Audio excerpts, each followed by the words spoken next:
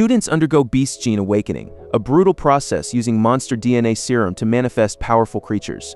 The moment the injection hits, but Yahhei sits perfectly still. While his teacher dismisses him as a failure, a sudden shockwave of raw energy detonates around the boy, hurling the others across the room. Yahhei has awakened, and whatever's inside him is vicious. Later, every student undergoes a gene identification scan. When the device reads nothing, laughter ripples through the hall. They think his inner beast is too weak to register, but they have no idea Yahhei has unlocked something almost unheard of. He possesses the ability to awaken multiple beast forms, a feat never before seen. His system flags him as a potential king of monsters. Determined to grow, Yahhei requests a leave of absence to study at home, though the teacher shows no confidence in him, advising him to prepare to repeat the year. But Yahhei insists, claiming he has awakened a powerful bloodline. Moved by his determination, the teacher grants permission now. With his last savings from his parents' estate, Yahhei plans to fuel his evolution. He decides to invest everything into monster serum to distribute to his beast, Demora. At the warrior's center, Yahhei is overwhelmed by the sheer number of monster auras present in the building. His senses are interrupted by a charismatic girl who warns him about the risks of serum. He is shocked to learn a single vial costs $400,000, but he manages to get her contact info and spends every cent to buy a massive amount of serum now. Feeling stronger, he decides to test his evolution in a secret realm. Entering an E-rank rift, Yahhei is immediately ambushed by a fanged rabbit, which he eliminates effortlessly, and realizes it was worth almost nothing. Is worth only 1,000 yuan. Unsatisfied, Yahhei decides to hunt rank 2 beasts for a greater challenge. A worm appears, launching a volley of fangs that Yahhei barely dodges, only to find the attack had torn his jacket. Realizing his physical body can't handle his full power yet, he decides to cheat by activating the demonic emperor's bloodline through Demora. With this surge of strength, he crushes the worm, but the battle leaves him exhausted and his sword ruined by poison. Just as his hunger grows, a delicious scent catches his attention. The worm's remains yield a fragrant green magic core, and acting on pure instinct, Yahhei eats the core, feeling his compatibility with Demora's surge. He realizes these cores are far more effective than expensive potions, leading him to hunt all night to maximize his gains. The next day, a receptionist is stunned by the rookie's massive haul. Sometime later, a new opportunity arises when a group prepares to enter a rank D rift. Seeking extra work, Yahhei adopts the alias Yahhei. Since his underage status, the group's leader accepts him but strictly orders him to remain an observer, that the best way to help is to simply stay out of the way. Therefore, the party begins their hunt, heading toward an oasis protected by rank 2 monsters. While traversing the desert, demonic rats attack, but they are swiftly cleared by Hood, a skilled adventurer with daggers, to maintain stealth. The leader instructs the team to walk on foot and orders Yahhei to stay silent and not interfere. The plan begins with a grenade thrown to lure out a sand dragon, but the explosion attracts a dangerous, bald-looking man as well. Captain Lin defeats the dragon, but a massive claw lunges at him mid-battle. Yahhei eliminates the beast without hesitation, leaving the adventurers speechless and earning their hard-won trust. But the victory is short-lived as they collected the dragon's soul essence. But as Captain Lin celebrated their prize, Hood stabs him in the back. The group cries out in despair, as the traitor defects to join the ruthless gangster Huo Peng, a man notorious for stealing artifacts from unsuspecting adventuring parties. As the wounded Lin wonders how Huo Peng even found them, Yahhei realizes Hood must have leaked their coordinates to facilitate this ambush. Seeing that the boy is too difficult to kill quickly, Hood hurls a dagger at Yahhei. But with incredible reflexes, Yahhei catches the blade and decides the game ends now. Huo Peng orders the kill, but Hood's flurry of attacks is instantly repelled by Yahhei. The traitor tries a stealthy ambush, but Yahhei catches the opening to land a crushing blow. Captain Lin watches in shock, wondering if this boy is truly a mere novice. Fuming with rage, Huo Peng demands to know Yahei's lineage, when the boy claims to be from the Demora clan. The gangster activates his bear monster power, swelling to a massive size before lunging at Yahhei. To avoid being crushed, the boy targets the giant's legs. The bear beast strikes, but Yahhei dodges with blinding speed. He unleashes a meteor shower that annihilates the giant, leaving the adventurers in stunned silence. As he falls, a defeated Huo Peng curses the very demon that defeated him, but the look in Yahei's eyes suggests that this is far from the last curse he'll face. Soon, the day of the university entrance exams arrives, in the midst of a massive tournament for the world's future protectors. The matches in Arena 6 are about to be called a forfeit. A popular student was about to claim victory by default when a powerful aura approached like a comet. Yahhei makes a dramatic entrance right into the center of the arena. His opponent barely has a second to realize he has arrived. Yahhei lands a brutal kick directly to the face, sending his opponent into unconsciousness. The fight was over so fast that Yahhei felt a hint of frustration, but the crowd erupts in a massive celebration. Empowered by the jade blood flower given to him by Captain Lin, Yahhei continues his dominant run. He wins match after match, leaving the audience in awe and attracting the attention of university recruiters. He shuts them down with an arrogant declaration. He is heading to Capital University and nowhere else. As the momentum builds, mysterious officials approach him to reassess his power level. They are stunned to discover that Yahhei has surged from level 3 to level 9 in mere months.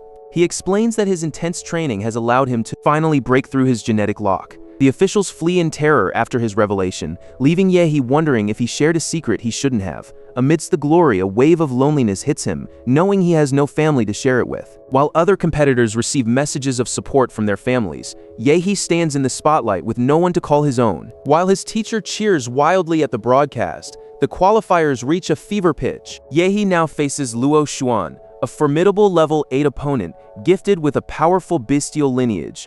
Luo Xuan lunges forward with lethal claws, but Yahhei parries the blow with a calm hand. Noting the strike is weaker than Huo Peng's desert attacks, without a moment's mercy, he crushes Luo Xuan's hand and delivers a devastating blow that sends him flying. As his broken opponents sink into the floor, Yahhei realizes that no one in this tournament is a match for him, and the crowd roars with his newfound superiority. While university scouts scrambled to collect files on the rising fighters, An intense clash erupts in another arena between Kai Shaoling, the queen of Anqing School, and the untouchable Liu Qingju. The blonde competitor lunges mercilessly, but Liu Qingju blocks the attack with her magic, suddenly trapping Shaoling's hand. In response to the heavy blow, Kai Shaoling invokes her tiger form and charges like a predator. Liu Qingju remains unfazed, countering the beast with a secret technique and a powerful kick. Their energies collide in a hurricane of light, leaving a collapsed Kai Shaoling in the mist, while Liu Qingju stands victorious. Meanwhile, the tension builds as the quarterfinals approach, for Shen Jieguan sees Yahhei as a dormant volcano waiting to erupt. However, the relaxed attitude vanishes when the match begins. After his nose starts bleeding, Shen Jieguan unleashes a nuclear radiation shield, shocking Yahhei with its immense power. Shen Jieguan invokes an ancestral power, blending the forms of a snake and a deer. This strange combination catches Yahhei off guard, leaving him stunned for the first time in the tournament. Shen shifts to the spirit of a bear, then catches Yahhei in a crushing choke. It becomes clear that the giant is merely toying with him. As he tosses his opponent and hunts him like a cat, the assault culminates in an inescapable eagle's dive, leaving Yahhei with no way to defend himself. Medics rush toward the arena to tend to the fallen student, but they freeze mid-step. An absurd aura erupts behind Shen as Yahhei assumes a form mirroring Demora. This sudden surge of nuclear radiation radiates from Yahhei, terrifying the massive student and the director alike. This terrifying display of power forces the examiners to worry about the arena's safety safeguards. While the crowd cheers for Yehei's sudden strength, Shen Jieguan fights back, using multiple animal spirits to pressure him. Yahhei counters with ferocity, nearly tearing the giant's arm off. Driven by his transformation, Yahhei lunges for a finishing blow, but Shen gets on his back, nearly crushing him once more. Just as Yahhei focuses his strength to strike, Shen Jieguan suddenly surrenders, leaving Yahhei stunned and frustrated by the abrupt end of the fight. As he reverts to his human form, the crowd watches in total silence. A foul gas envelops the arena, leaving Liu Qingju ready for combat despite the choking smoke that the announcer struggles to ignore. Yahhei knows he's facing a powerhouse, so he decides to attack first. Time to devise a strategy. Yahhei tries to block a strike, but he is caught off guard by the speed of the exchange. The boy is relentless, forcing Liu Qingju to retreat while the Demora within him grows more furious. Pushed back, Liu Qingju unleashes her lineage's secret technique, awakening the Netherbird for the very first time. She warns him that she won't be responsible for the beast's overwhelming power. The warning only pleases Yahhei, giving him the signal to unleash his own beast's full power. This time, Liu Qingju attempts to catch him off guard, but a massive impact shatters the smoke, revealing a shocked Liu Qingju facing a much more powerful Yahhei. Yahhei expels an atomic energy beam from his mouth, a devastating surge that shatters Liu Qingju's feather shield and scatters chaotic rays across the arena. As the beams are intercepted, Huang Qing, the mayor of Anqing, declares that the crowd is about to the birth of the city's strongest champion. Back in the fray, Liu Qingju can only stand frozen, is reeling from the impact, reeling in disbelief that her defense was so easily broken. In her confusion, she receives a sudden vision of her ancestors. Her mother appears, draped in black, urging her to fight back, but knowing Yahhei is an opponent, prompting her to launch an all-or-nothing attack. Yet, Yahhei refuses to dodge. Instead, he meets her eyes with a demonic gaze, demanding she finally fight for real. In her life, Finally, Lu Qingzhu unleashed all her fury. Seeing her resolve, Yahhei decides to reveal his true inner beast to dominate the battle. Yahhei charges, forcing his opponent to create a massive tornado and energy as both unleash their ultimate abilities, leaving the judging panel in terror of the impending shockwave. The sinister mayor steps in to create barrier walls to absorb the energy, but they crack instantly. Without this protection, the entire audience would have been pulverized by the collision. The mayor realizes he never expected such overwhelming power from these candidates. As the dust settles, Lu Qingzhu is gasping for air, yet Yahhei stands unscathed. Lu claims she has no desire to fight him, but Yahhei crouches down, refusing to believe her lies. Lu hesitates, but the hunger to defeat him burns deep in her soul. Yahhei touches Lu Qingzhu's shoulder, absorbing the dangerous radiation from her body to claim a hard-fought victory. He admits she was his toughest challenge yet, promising her a true fight in the future. With the semi-final concluded, Yahhei is officially declared the winner. Now, the final duel awaits between Yahhei and his schoolmate Chuzhou, who draws a glowing energy sword. Chuzhou lunges forward, but Yahhei simply smiles, inviting the onslaught with total confidence. Desperate, Chuzhou unleashes a massive iceberg to freeze his rival, but the ice quickly melts away. Outraged by how easily Yahhei breaks free, Chuzhou realizes he is facing an unstoppable force. Yahhei unleashes a devastating strike, shattering Chuzhou's sword and leaving him with only a minor wound before the match is abruptly forfeited. The crowd erupts in cheers for the winner, and news of Yahhei's unprecedented victory in the entrance exam begins to sweep through the entire city, leaving his teacher watching from afar. Motion. Meanwhile, the school principal watches from the stands, desperately hoping for a mention during the celebrations. To secure a massive 10 million scholarship, Yahhei gives the school some well-deserved promotion before taking the microphone to thank himself, declaring that self-love is the foundation of all strength. Suddenly, the system rewards him for becoming the #1 fighter. In the aftermath, Yahhei tries to dodge the growing swarm of paparazzi, who are already speculating about his private life, until he finally finds refuge in the silence of an empty gym. Yahhei seeks a quiet place to inspect his new abilities, but his peace is interrupted by a mysterious, detective-like man who congratulates him on his victory. The man from Huadu College introduces himself and says he is interested in discussing a problem regarding Yahhei's unique genetic trait. Yahhei is intrigued, even though he remains certain that his powers come solely from Demora. The stranger then asks if Yahhei knows anything about his father's genetics, and the documents reveal the existence of the Prometheus Project, a secretive group obsessed with genetic manipulation. Yahhei learns of the Prometheus Project? The truth is shattering. His father was one of the researchers, and Yahhei himself is nothing more than a lab experiment.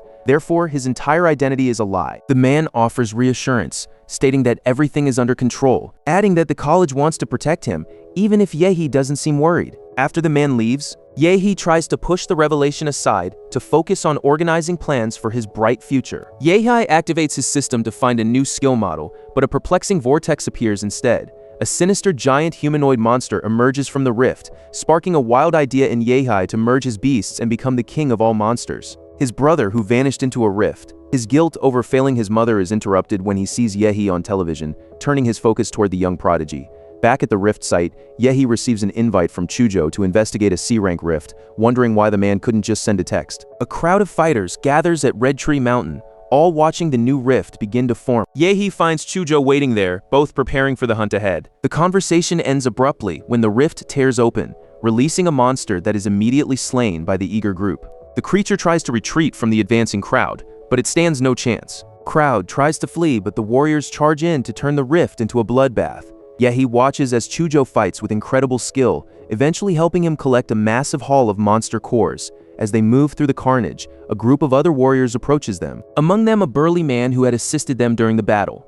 This warrior, Wuzhen, looks at Yahhei with intense curiosity. A man named Wuzhen approaches, offering Yahhei a contract to join the renowned Silver Wolf group. The envy in the room is palpable when a woman from the Chengda group arrives riding a tiger, offering Yahhei 15% of their entire monthly haul, a sum so massive it leaves the surrounding warriors in complete shock. Astonishment at the generous terms, but Yahhei turns them both down, making it clear he has no interest in joining any team. High atop a mountain peak, Yahhei and Chuzhou spot strange giants picking flowers in a desolate wasteland. Yahhei eyes the beasts with hunger for growth, but Chuzhou only hopes he never has to face them.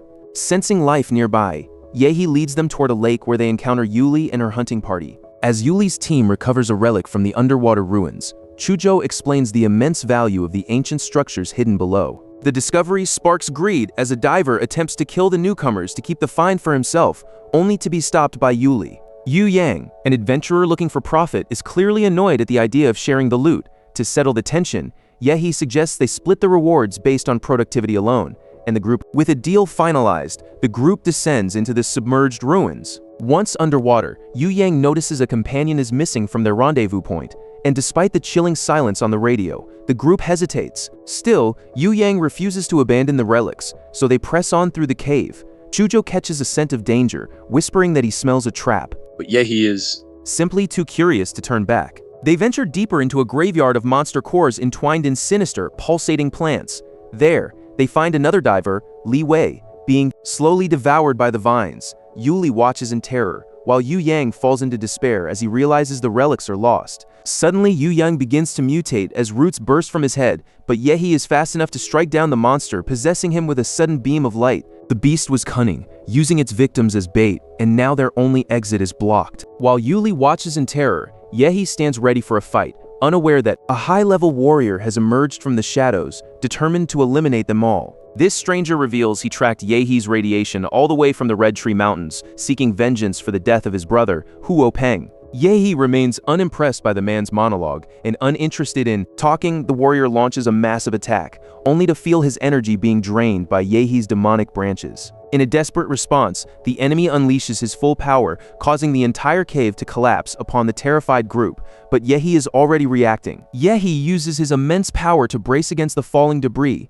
and ordered the girl and her group to flee the area immediately. But the adversary seizes the distraction to launch a full-force assault only to be intercepted by Chuzhou's blade. With the enemy dazed, Yahhei delivers a devastating atomic strike and tells Chuzhou to fall back from the powerful foe. Outside, the lake churns violently as the others watch the surface, leaving Yuli terrified as Chuzhou emerges alone from the chaos. Suddenly, a massive giant humanoid monster erupts from the depths to annihilate the enemy with a blast of nuclear energy. As the smoke clears, Yahhei returns to his human form, explaining that the enemy used a forbidden plasma bomb, and lying to Chuzhou about the giant to keep his new monster model a secret. Yuli began to speak. After parting ways with Chuzhou, Yahhei decides to head back into the fray to hunt more monsters. Upon arriving at Red Tree Mountain, he finds the realm transformed into a bustling trading town. He dumps the contents of Chuzhou's subspace ring onto the counter, leaving the staff stunned by the sheer volume of rare materials. Yahhei casually sells off the low-level white and green magic cores which hold no value for his unique evolution. He keeps only the most vital items for his future, walking away with a heavy purse and a sense of satisfaction. But his peace is suddenly shattered when a car screeches to a halt in front of him. Yudian, the owner of Pinghe Pharmacy, steps out and demands to buy every core he has, wondering how news of Yahhei spreads so fast. Despite the extra cash, it is still not enough to reach the strength he desires. To feed his growing beasts, Yahhei realizes he needs more than just cores. He needs to master martial arts. He turns to the school director for guidance, receiving a warm welcome for his ambition. Being equally cordial, more than happy to help when Yahhei offers a gift of medicinal wine, it's a small gesture that opens a massive door, leading to a recommendation for elite combat training. The director agrees, and the next day, as Yahhei steps out of a hot bath, he learns the unexpected news that the powerful Liu family has offered to take him under their wing. Meanwhile, in a different part of the city, a motorcycle tears through the streets. A young blonde woman riding pillion watches the rider, Jai, weave through traffic with ease. Suddenly, Yahhei appears on his bicycle to warn Jai about his speeding. Shocked by the sudden appearance, Jai simply accelerates, leaving the student in his dust. Yahhei uses a burst of energy to overtake the motorcycle, leaving his witnesses stunned in his wake. Upon arriving at the Liu mansion, Yahhei immediately senses the overwhelming presence of powerful elites after being guided by an embarrassed Liu Qingju. He is met by the formidable Qin Lan, the powerful matriarch of the family. Qin Lan has already seen the footage of the battle, understanding exactly why her daughter lost. With a weak brother to consider, she pressures Liu Qingju to marry someone capable of preserving their prestigious lineage. To everyone's surprise, the man she has chosen is Yahhei. Seeking to make a good impression, Yahhei brings a gift, only to be told by Qin Lan that Liu Qingju will serve as his mentor. The task of mastering the three supreme martial arts will depend entirely on his own effort. Qin Lan appreciates his resolve, and as they depart, an undeniable spark flickers between the two. During their walk, Yahhei questions why Liu Qingju is avoiding him, but she simply denies it. He tries to close the distance to test her reaction, but she quickly pulls away. Soon, they arrive at a special gate leading to the secret realms of the estate. Driven by curiosity, Yahei's urge to punch the structure surprises even Liu Qingju. Without a second thought, Yahhei prepares to strike the massive rock, a sight that triggers a memory for Liu Qingju. The punch fails to even chip the gate, much to Liu Qingju's amusement, before she leads him into the pavilion, where identification is required for each style. He pushes for the supreme arts, but she insists on the basics, finally opening a black stone door where her family's ancient secrets are kept. Instead of a manual, Yahhei finds only a statue, a sight that makes him realize the weight of the martial mark. Liu Qingju explains that the secret of the ancient masters is On his own, leaving his destiny in the hands of fate, unsure of his next move. Yahhei lies down before the statue, praying for a divine sign. Then, a spirit emerges through the connection, a figure identical to the statue that declares only a true man can master its techniques. The spirit proposes a deal. If Yahhei can protect the bodhisattva from evil spirits, he will earn a new skill. As the first raindrops fall to signal the start of the trial, Yahhei realizes the test has begun. He unsheaths his sword, ready to face the demons. Yahhei strikes at the advancing spirits, while the spiritual being watches from the sidelines, thinking the young man is just another fool destined for defeat. But the spirit is stunned when the evil spirits fail to touch him, as Yahhei realizes the system's protection has granted him an invincible body within this spiritual realm. The ancestor tries to explain the martial marks, but Yahhei simply calls himself a diligent student. Deciding to fulfill its promise, the spirit offers a new skill hidden within a well. But before it can even explain the technique, Yahhei impulsively jumps straight into the depths without waiting for answers. Shocked by this audacity, the spirit realizes Yahhei is truly different. It remembers its own days as a hero, using a similar technique to destroy monsters. Eventually, that power drove it to madness, killing everyone around it. To prevent such a tragedy, the spirit chose to die, leaving its martial mark behind on the statue. Only by defeating the evil spirits within could he prove worthy of the evil in the flesh skill. In a nearby control room, Qinlan and Liu Qingju watch the trial. In the control room, Liu Qingju watches Yahei's performance. The agony is intense, for Yahhei is facing the same danger that once severely injured Liu Qingju's grandfather during his attempt to absorb the statue's power.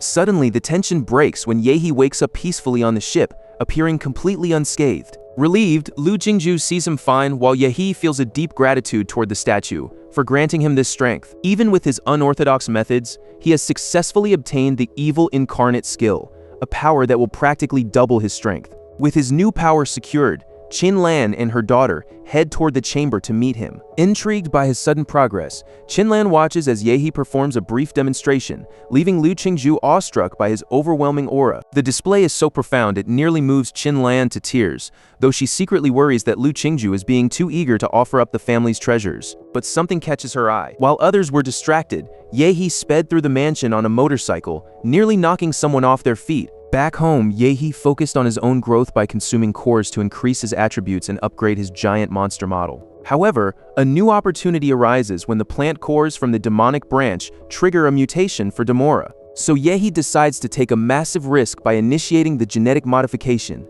with the promise that once Demora reaches full wild trait capacity, she will become a star of the universe. Yahhei is overjoyed by the evolution's progress, until a sudden flash of light from outside the window shatters the moment. With the military swarming the streets, Yahhei is suddenly on high alert for an invasion. Yahei's peaceful work is interrupted when a strange woman appears on his windowsill, looking annoyed that her stealthy entrance failed. Yahhei points a finger at her, demanding answers. It turns out she is Yahhei, a thief seeking the golden gene, who had arrived amidst chaos. Her partner, Zhou, had sacrificed everything to protect her, but Yahhei survived the fall like a falling comet.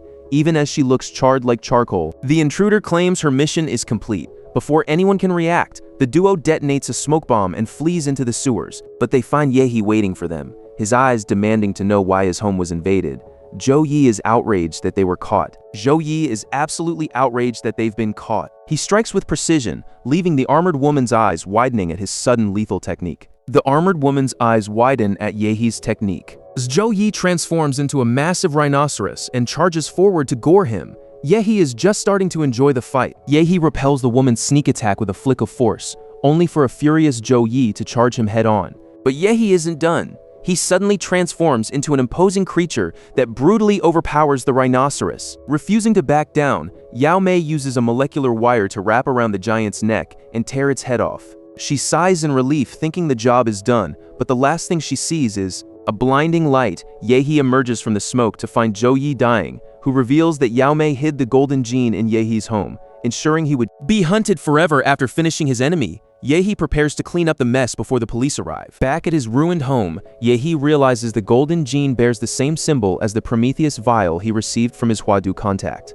He deduces the pair stole it from Laserbird, a biotechnology company, forcing him to move into a hotel to hide his tracks. Meanwhile, in Swan Lake's secret realm, a group of warriors witnesses a wave of monsters approaching, led by a supreme blood-eyed beast. The creature won't let them escape, unleashing a scream that hurls stones to crush the men before they can call for help. As the beast sends its horde toward the rift, panic grips the population, forcing the military to summon every available warrior. With the city under siege, the mayor prays for aid from Huadu, but even neighboring cities are being overrun by monsters. With no reinforcements coming, the local leaders can only rely on their own dwindling strength. While Yahhei is training with Chuzhou, an emergency alert interrupts their session. Lu Qingzhu is forbidden from fighting by her mother, who values family legacy over lives. Furious, she storms out.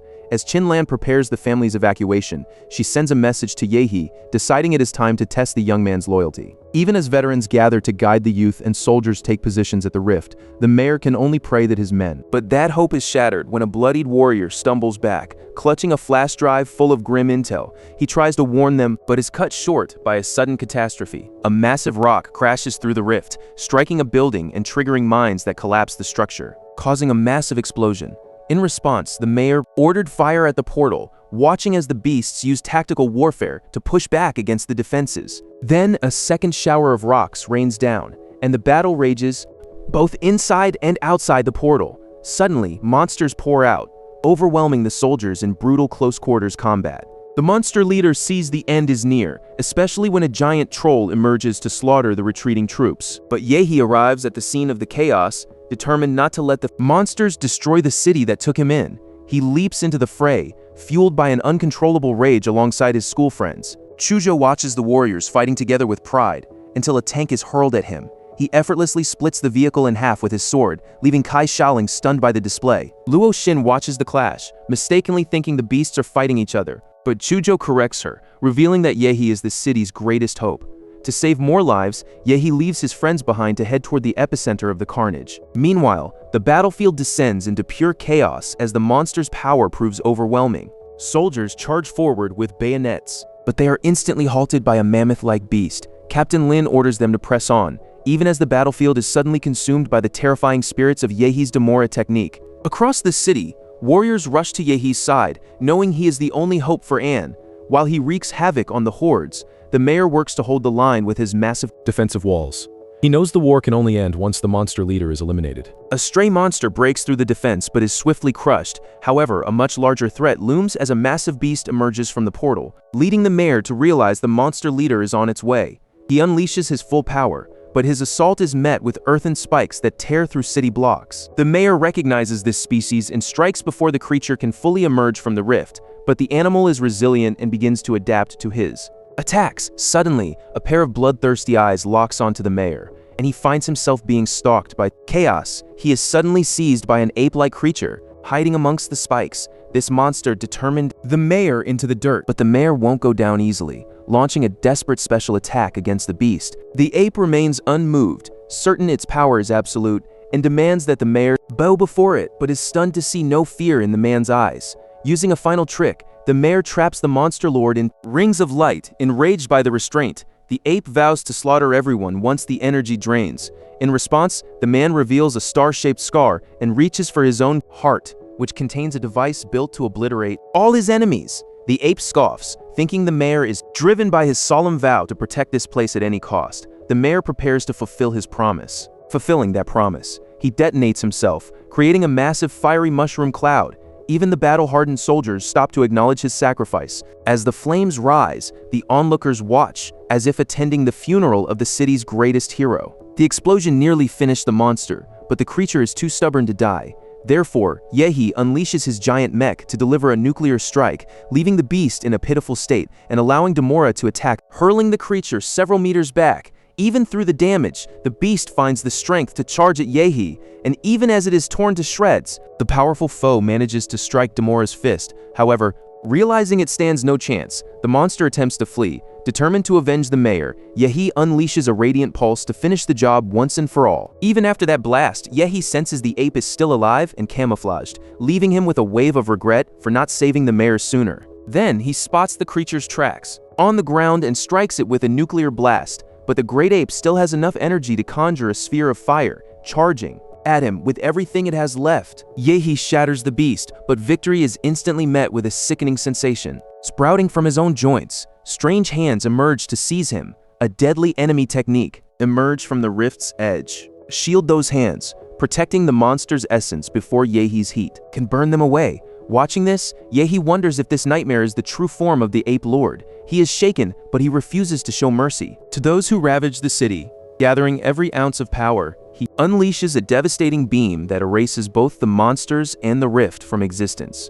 As paramedics tend to the survivors, Chujo realizes that with such heavy losses, this could hardly be called a victory. Recovering in the crater, Yahhei realizes that despite his monster's power, even the strongest monsters are no match for a sovereign beast like the monkey. Therefore, he must gather as many cores as possible to achieve ultimate power. A month after the massacre, as a statue of the mayor stands in the city square, news spreads of brutal attacks and the death of the kingdom's greatest martial artist. Genuinely worried by the chaos, Yahhei turns to his aunt, Qin Lan, for assistance. He makes his request clear. He isn't after family manuals but needs her help acquiring rare plant cores. Since Lord-level cores cost a fortune, Qin Lan demands a high price in return. But Yahhei is ready to gamble. Accepting his daring proposal, Qin Lan's support opens a new path. Soon after, Yahhei visits the hospital to see the survivors, finding Chujo bandaged up like a mummy. Suddenly, Yehei's phone rings with a call from the college admissions office. The school principal had previously been angry with him, but the news is unexpected. Wang Dao informs Yahhei that a train will pick him up in a few days. As the days pass, Yahhei returns to the battle site to train amidst a permanent curtain of smoke, and training has significantly increased Yehei's compatibility with his beast, but his time in the smoke has finally ended. He arrives at the station to find Chujo waiting, and as Yahhei steps forward, his presence seems to command attention, with even his friend noticing how much stronger he has become. The train departs, leaving the city of An behind. As Yahhei travels, he sizes up the other passengers, deciding that only 5 could actually pose a threat to him. But the peace is shattered when the college train comes under sudden violent attacks, leaving the confused freshman unsure if this is a test or a real massacre. Seeking to investigate, Yahhei is interrupted by Zhou Jingxian, a freshman who stumbles in gravely injured, warning that the first cars have already been hit. Meanwhile, a student with a group of freshmen follows Yan Zhengxian toward the chaos, leaving the bloody Zhou Jingxian alone. The injured student's eyes widen as he recognizes Yahhei. Zhou Jingxian claims Lu Qingju requested he never advance, no matter the cost. Yahhei is stunned by the revelation. The injured student explains that she protected him, and because of that, he will honor her last wish. Furious at the implication, Yahhei strikes Zhou Jingxian to shut him up, but Chujo intervenes by throwing his sword at the freshman. Yahhei doesn't miss a beat, catching him with a heavy knee strike. The path to the front cars is finally clear. The path is clear, leading them directly to a looming dimensional portal. He crosses through anyway, only to find himself alone in a desolate, destroyed city. He leaps to a rooftop and unleashes his power, searching for answers in the ruins. His power draws attention from hidden students, including a wounded Lu Qingju as a man in a pig mask approaches him from behind. Yahhei lunges at the stranger, but the man takes the hit and pierces Yehei's abdomen with a machete. The attacker hesitates at Yehei's absurd regenerative ability, providing the opening needed for a lethal counterstrike. Yahhei forces the mask open and vomits nuclear energy into the man's face, finding a pendant that proves this was all a test from Huadu. As the machete dissolves, a flurry of magic arrows whizzes toward him, but they are no match for his sheer strength. The barrage strikes him head-on, yet the arrows aren't enough to stop him. Yahhei activates his monstrous armor, causing a massive shockwave that collapses the building. Amidst the dust, he spots a new attacker wearing a rabbit mask, leading him to suspect a Zodiac-themed strike. Despite its cute appearance, the red-eyed beast is anything but docile as it charges, demonstrating advanced kung fu skills. Just as a spear aims for Yehei's face, a wall of ice slams down in front of him, blocking the blow and leaving the rabbit surrounded by potential threats. The atmosphere shifts from hopeless to intense, until the explosion from Yehei's arrival changes everything for the students watching. While students wonder who unleashed such power, freshman Ouyang realizes the explosion was definitely not the enemy's doing. In a flashback, the students are seen counting the zodiac pendants they have managed to collect. Before the current chaos, Ouyang had even suggested stealing them from others to deal with the dragon-masked boss.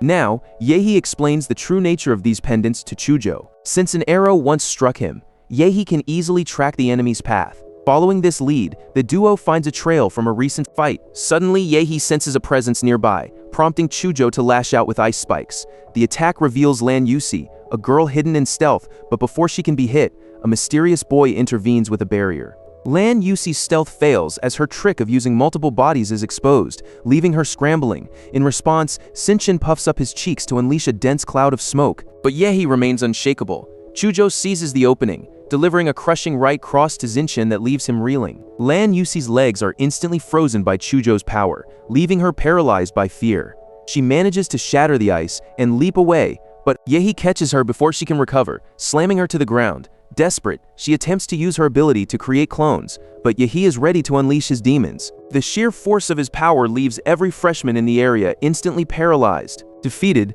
Lan Yusi surrenders her pendants and explains that a lion-haired man and his partner have already claimed nearly all of them. She then confesses that her true mission. Yahhei praises her courage. While elsewhere, the duo's hunt takes a gruesome turn. Someone stumbles upon a gruesome sight, a dismembered body lying in the street. The victim is recognized as Shinchin, proving that something went terribly wrong just a short while ago. The fire wielder had been desperately trying to escape from Yahhei. But the horror is only beginning.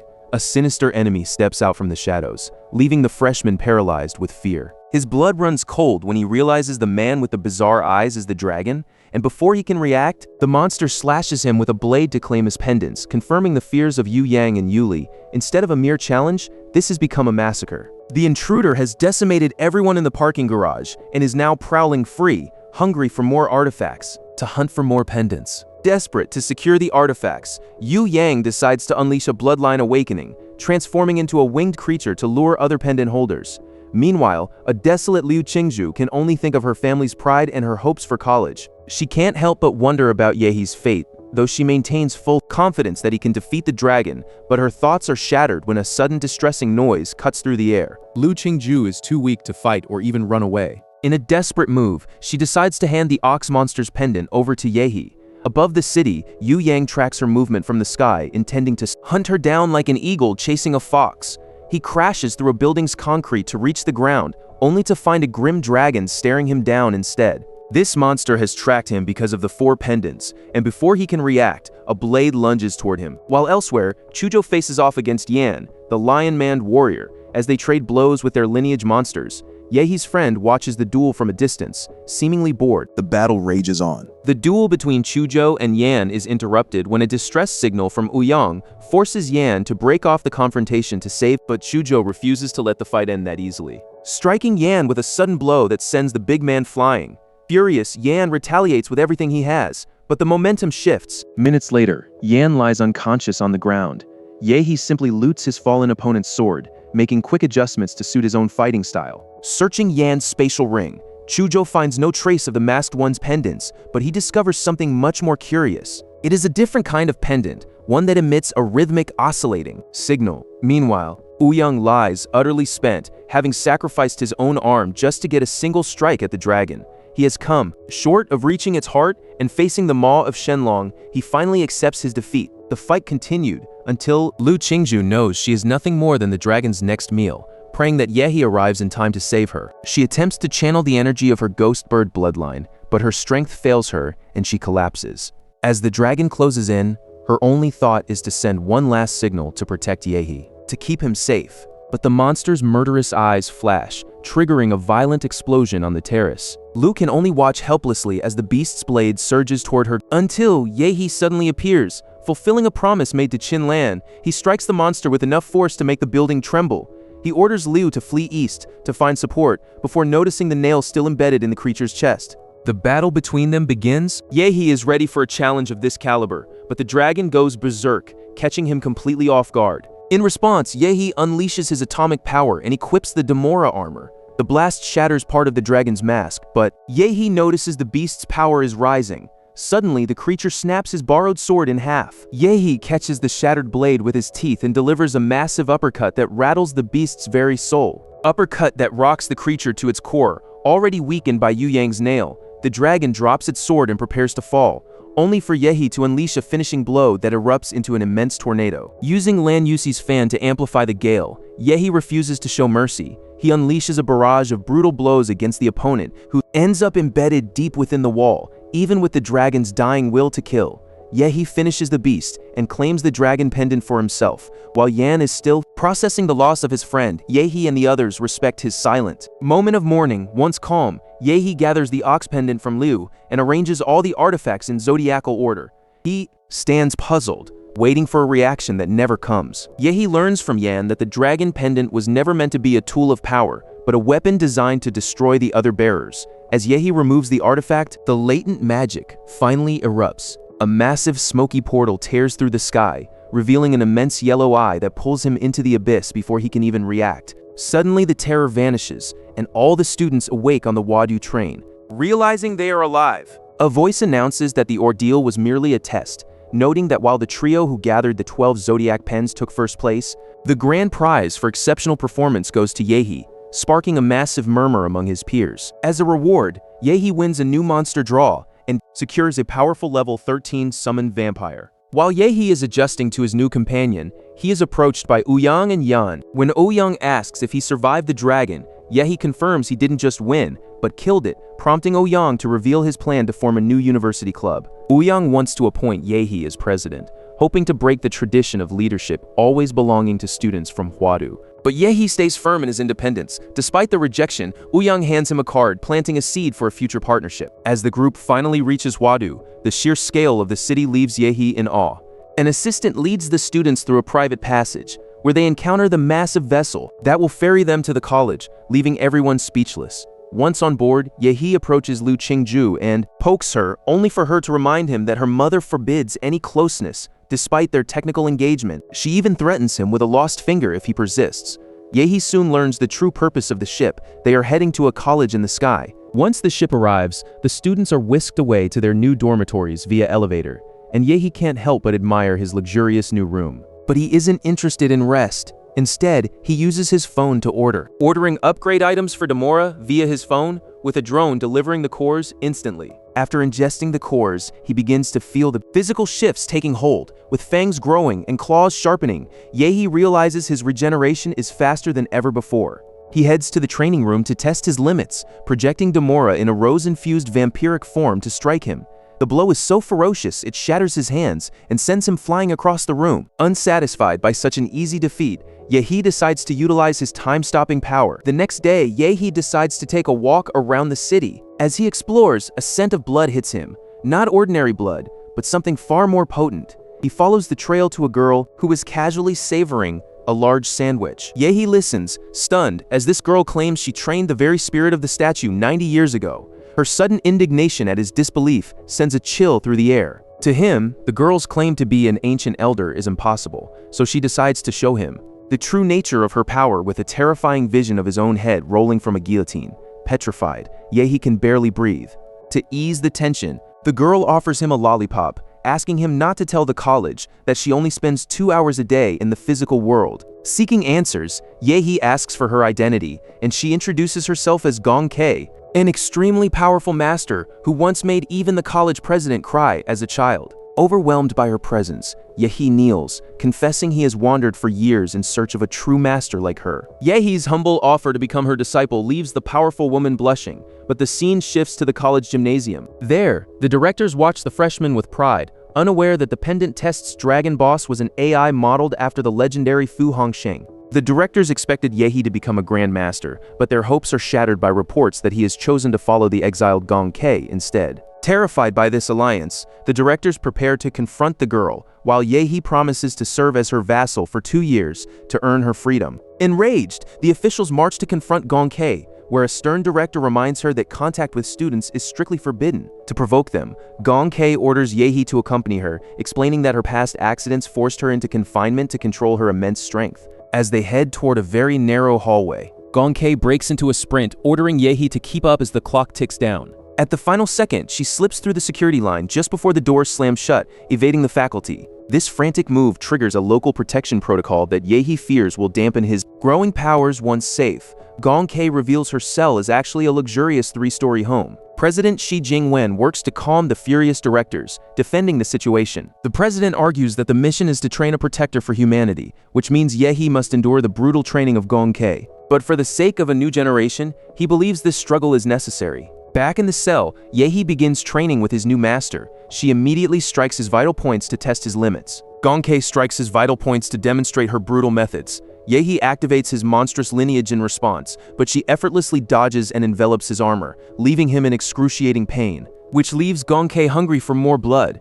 Determined to impress her, Yahhei unleashes a new monster type, but she tears through his new armored form like paper. When he activates defensive spikes, she strikes back with a sudden illusion. Trapped within the mental realm, Yahhei finds himself facing a guillotine set to claim his life. The blade falls swiftly, but before it can strike, he screams out a command. His vampiric form manifests at the shout, as Yahhei realizes that only sheer willpower can break this illusion, shattering the parallel reality with a flurry of summoned meteors. When the dust settles, Yahhei lies defeated on the ground, his armor gone, staring up blankly under his master's intense gaze. Yahhei questioned if Gong Kei had cheated, but his master insisted she had won fairly, admitting only that she might have used a little too much force. Despite her apology, Yahhei could tell she wasn't being entirely honest. As they spoke, he shared his desire to master the martial arts and understand how she had sliced through his transformed arm. Gong Kei explained that true mastery requires repetitive training to find the line of execution, a vital thread that runs through every being, whether human or beast. He realized her strike wasn't about raw strength, but the precision of a butcher following that hidden thread. To prevent him from being overwhelmed, Gong Kei insisted he master one technique at a time. She explained that true martial artists use internal visualization to see an opponent's weak points, requiring a mind stronger than the body. Yahhei appreciated this approach as his recent vampiric model had already bolstered his mental strength. Enhanced by the power of Zawarudo, Gong Kei then categorized martial arts into 4 levels: No Level, Mystic Yellow, Earth, and Heaven. While the Academy focuses on Mystic Yellow, the legendary Heaven and Earth techniques are rare relics found only in secret realms. Driven by the prospect of such power, Yahhei is instantly thrust into a new reality, a nightmare of pure killing intent. She loved the sight of blood, splattering everywhere. After class, Chujo was walking through the city when he spotted Yahhei and stepped forward to greet his friend. But suddenly, a blade is pressed against his neck. The attacker is Yahhei, whose aura has become so sinister and unrecognizable that Chujo can barely recognize him. This darkness stems from a few hours earlier, when Yahhei was trapped in an illusory realm, being relentlessly hunted by zombies. He fought with only a blade, struggling to master his instincts as he was eventually overwhelmed and cast into the undead tide. His master Gong watched with awe, seeing in his student a mental fortitude that might make him humanity's true hope. Later, while trying to wash away the day, Yahhei receives a call from Lu Qingzhu. She tells him her room is full of packages sent by his mother, so he offers to swing by and collect them. Liu Qingzhu blushes, suggesting a drone instead, and as they discuss their mentors, Yahhei grows silent, refusing to speak of his master. Yahhei ends the call, leaving the conversation behind as the school year progresses. In the meantime, a group known as the Dragon's Blood Society has been forming under Wei Young's leadership. However, the group is met with heavy resistance from the Wadu students, especially from the famous freshman Shang Jianhui. While social tensions rise, Yahhei has vanished from the spotlight for 3 months, hidden away in the research institute's basement. There, he is literally stomped on by his master, a brutal method used to inject the energy required to stabilize his martial artist level. Yahhei endures the heavy impact and intensifies his training until a sudden explosion reveals his muscles have been completely renewed, leaving his master enthusiastic about his new physique. After 3 months of grueling work, Yahhei prepares to leave. Gong Kei weeps as she says goodbye to her student, who promises to return to her eventually. Now back in the city, Yahhei walks with a newfound purpose, eyeing the lucrative security missions available in Huadu. Yahhei heads to the activity center to pick up a mission and reunites with Chujo, who is happy to see him. Chujo wonders if Yahhei is strong enough to defeat Shang Jinhui. Soon, Jingju joins them. Guided by her mother's teachings, she leans in to give Yahhei a kiss, but he feels slighted that she didn't greet him first. Misunderstanding the intent, Jingju turns away in frustration. The trio approaches a large screen, where the most popular missions are displayed. As Qingju suggests options for their skill levels, Yahhei uses his special privilege card to bypass the freshman restrictions, leaving his friend curious about its origin. They choose the most difficult mission for its massive reward, much to the outrage of the mission center's receptionist. Yahhei presents his privilege card, but she insists on verifying it with the dean's office. Following a quick call to the dean's office, The woman's attitude shifts and they depart to travel as normal students to keep their mission a secret. Upon arriving, Yahhei begins to discreetly observe the area while Chujo suggests heading to the Imperial University's inn. As they approach the university, the driver mentions a city festival happening in 2 days. Their destination is an abandoned, decaying house, but inside, Liu Qingju discovers a sinister wooden altar that looks far too new for this ruin, prompting Chujo to draw his sword in defense, even as Liu Qingju insists they search for clues first. When she pulls the cloth from the statue's face, its eye begins to glow with a demonic light, something that immediately disturbs Yahhei. Chujo strikes the statue, causing it to bleed a dark liquid. Yahhei activates his ability to contain the energy while Chujo seals the multi-headed demon emerging from the mess. Liu Qingju watches the scene in awe, until she suddenly feels a hand on her shoulder. Yahhei, sensing a psychic shift, injects his willpower into the girl to shield her mind. He realizes the city's anomalies are tied to the statue and tells his friends to Monitor the sealed monster while he heads out to track a suspicious old tricycle driver.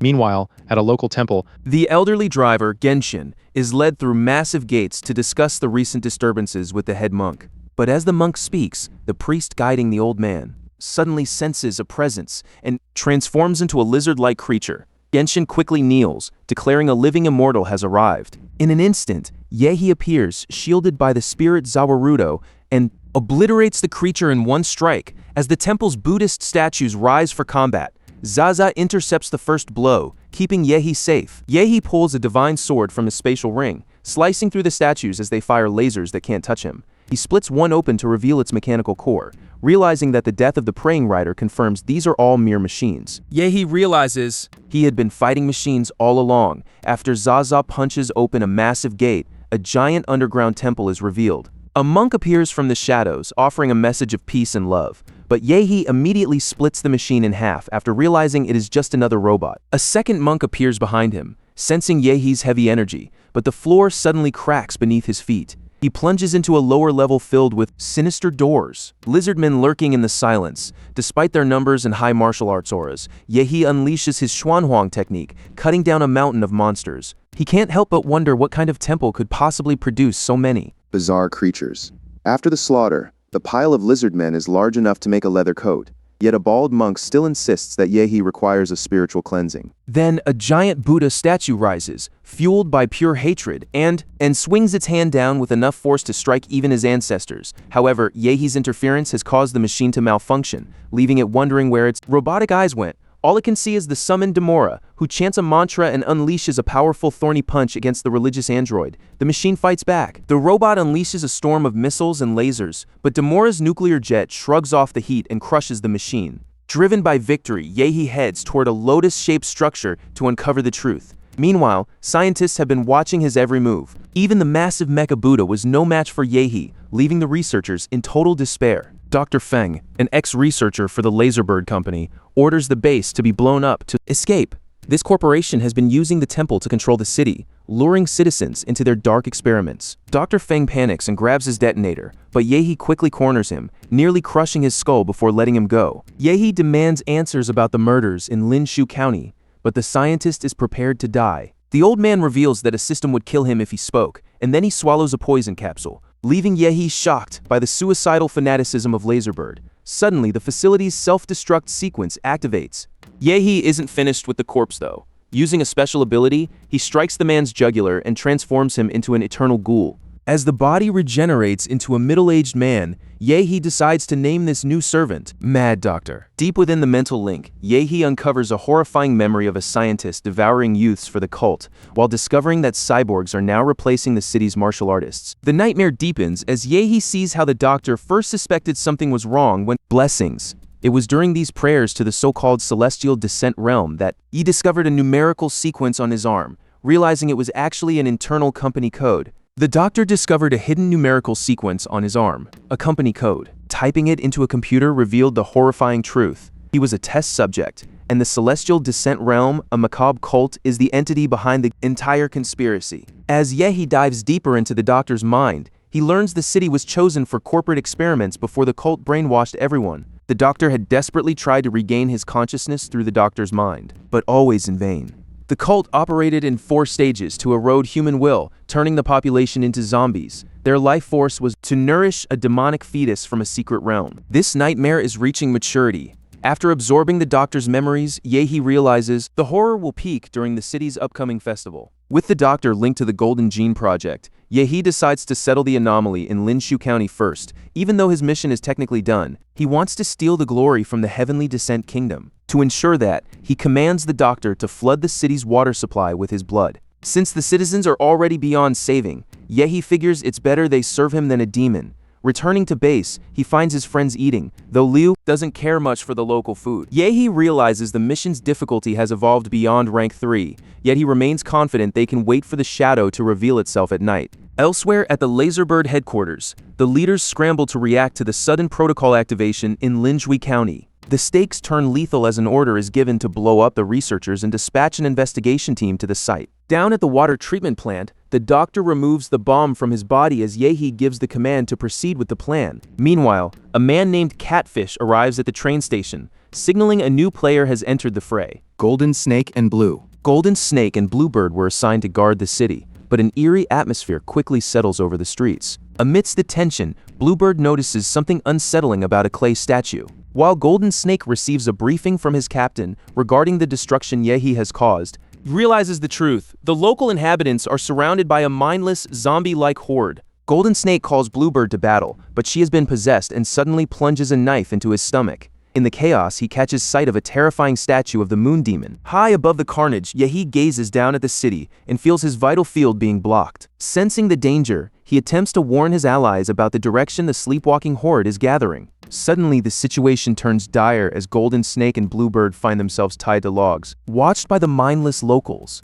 Golden Snake struggles to wake his friend and, in a desperate move, tries to negotiate with the zombies as they drool at the prospect of fresh meat. Just as hope fades, a heavy bell begins to toll, and the moon seems to descend upon the county, bringing something even more ominous. The frenzied servants form a gruesome ladder of bodies, scaling a log to reach the glowing light where the two members of Laserbird lie bound. As Captain Black Lion leaves the base, an enormous moon swallows the sky, casting a single, ominous beam of light upon the ground. Deeply concerned by the omen, the captain and his crew race toward the source of the light, spotting something unusual on their path. And the captain hurls his sword, only for it to be blocked by a strange, magical wheel. The mystery deepens as Lu Qingju reveals herself, using her umbrella-shaped shield to welcome them. Seeing her stance, the captain begins to wonder who their true opponents really are. Suddenly, Catfish and Ares advance on Lu and Chujo, who stand their ground. A battle erupts when an ice wall is summoned, but the barrier is shattered like sand, broken and forced to retreat. The pair is suddenly intercepted from behind by the lion. At that same moment, a descending sword nearly splits the captain in two. Yahhei has arrived. The battle intensifies as the lion deploys his 12 Phantoms technique, multiplying into a dozen copies to swarm the protagonist from every side. Yahhei promptly summons Zaza, leaping unpredictably through the illusionary swarm until he reaches the true black lion. The beast falls with ease, but Yahei's hunger only grows. By draining the captain's blood, he surges to martial level 8. Leaving the remaining bandits paralyzed by his terrifying strength. With a dark, demonic technique, he pulls the captain's corpse back into a grotesque animation. In the chaos, a woman hurls her baby into the air, which begins to transform into a horrific aberration, providing the distraction needed for the mother and Catfish to flee, leaving the child behind. Leaving his friends to deal with the cyborg, Yahhei sets off to hunt down the escaping martial masters. Chujo leaps into action with his ice dragon form, clashing with the lightning-fast monster. To counter the speed, he commands the captain's demonic shadow to unleash a multiplication technique, shredding the cyborg into pieces. Meanwhile, Lu awakens her bird bloodline, enveloping the battlefield in a massive sphere of energy. While the battle rages, Begra flees through the sewers, but the relentless Yahhei is hot on his heels, leaving him no chance to escape. Ares, seeing the horror unfolding to her son, feels a bone-chilling realization that she is now completely alone. Desperate, she chooses to risk everything by fleeing toward the moonlight, rather than face slaughter at Yehei's hands. Desperate, she decides to— With Yahhei closing in, she uses the zombies as a makeshift ladder, desperately climbing toward a large looming gate. Upon reaching the top, she is moved to see her parents again, making her wonder if they have also been abandoned by the living. Yahhei realizes the Heavenly Descent Kingdom manipulated the woman's fear. As the illusion fades, Lu expresses her apprehension, but the protagonist reassures her that a powerful ally is secretly watching over them. Chujo departs without objection, but Kai Shaoling remains hesitant about the path ahead. Leaving the group, the protagonist heads toward a crater where the scientist has gathered the remains of the defeated cyborgs. Yahhei's vampiric blood is being spread by modified mosquitoes, destined to form a massive new army under his command. Pleased, Yahhei orders the scientist to repair the Mecha Buddha so they can use its weapons. In the coming battle, he is ready for a confrontation. While the moon watches the festivities below, a high priest surveys the chaotic scene with immense pride, knowing this is only the third time the fetus has been born. After the devastation of the first and the chaos of the second, he is determined to complete the ritual to welcome the demon one last time. Scaling a mountain of corpses, the priest ascends toward the portal to complete his dark work. The priest offers his own blood as a sacrifice, placing a divine coffin before his worshippers. The followers join in, their blood to the ritual. As the invocation begins, a bell echoes through the cathedral, waking the sleepwalkers, but the priest's ritual is ruined when a strange blue energy begins, emanating from the ritual, glowing with a bluish light, and the coffin he held so dear. Then Yahhei appears, overwhelming the priest with his own immense power and proving who the real demon is. Under a blood-stained moon, the priest falls, and Yahhei realizes he is being watched by a malicious hooded man. The stranger invites him to the divine sect, revealing himself as Lin Chi, the true supreme bishop. Without hesitation, Yahhei charges at the sect leader, but Lin Chi unleashes a terrifying swarm of tentacles. Yahhei immediately summons his guardian Zaza to retaliate against the bishop with a violent strike. Even after the impact, the man's flesh knits itself back together through an incredible regenerative power. Suddenly, a group of priests surrounds Yahhei, chanting a mantra and mysteriously taking their own lives. It's all a trick. The men's bodies mutate into repulsive demonic creatures so terrifying it triggers a primal urge to, but the interior is hollow and empty. Clash. Meanwhile, a priest with newfound hair uses spiritual sight to track Yahhei, realizing the true objective is the fetus. Amidst the chaos and the approach of Liu and Chuzhou, Yahhei moves toward the freezing coffin to Chuzhou's very sword, the blade into pieces. As the dream shifts, Liu Qingju and Chuzhou struggle against the overwhelming power of the archdemon.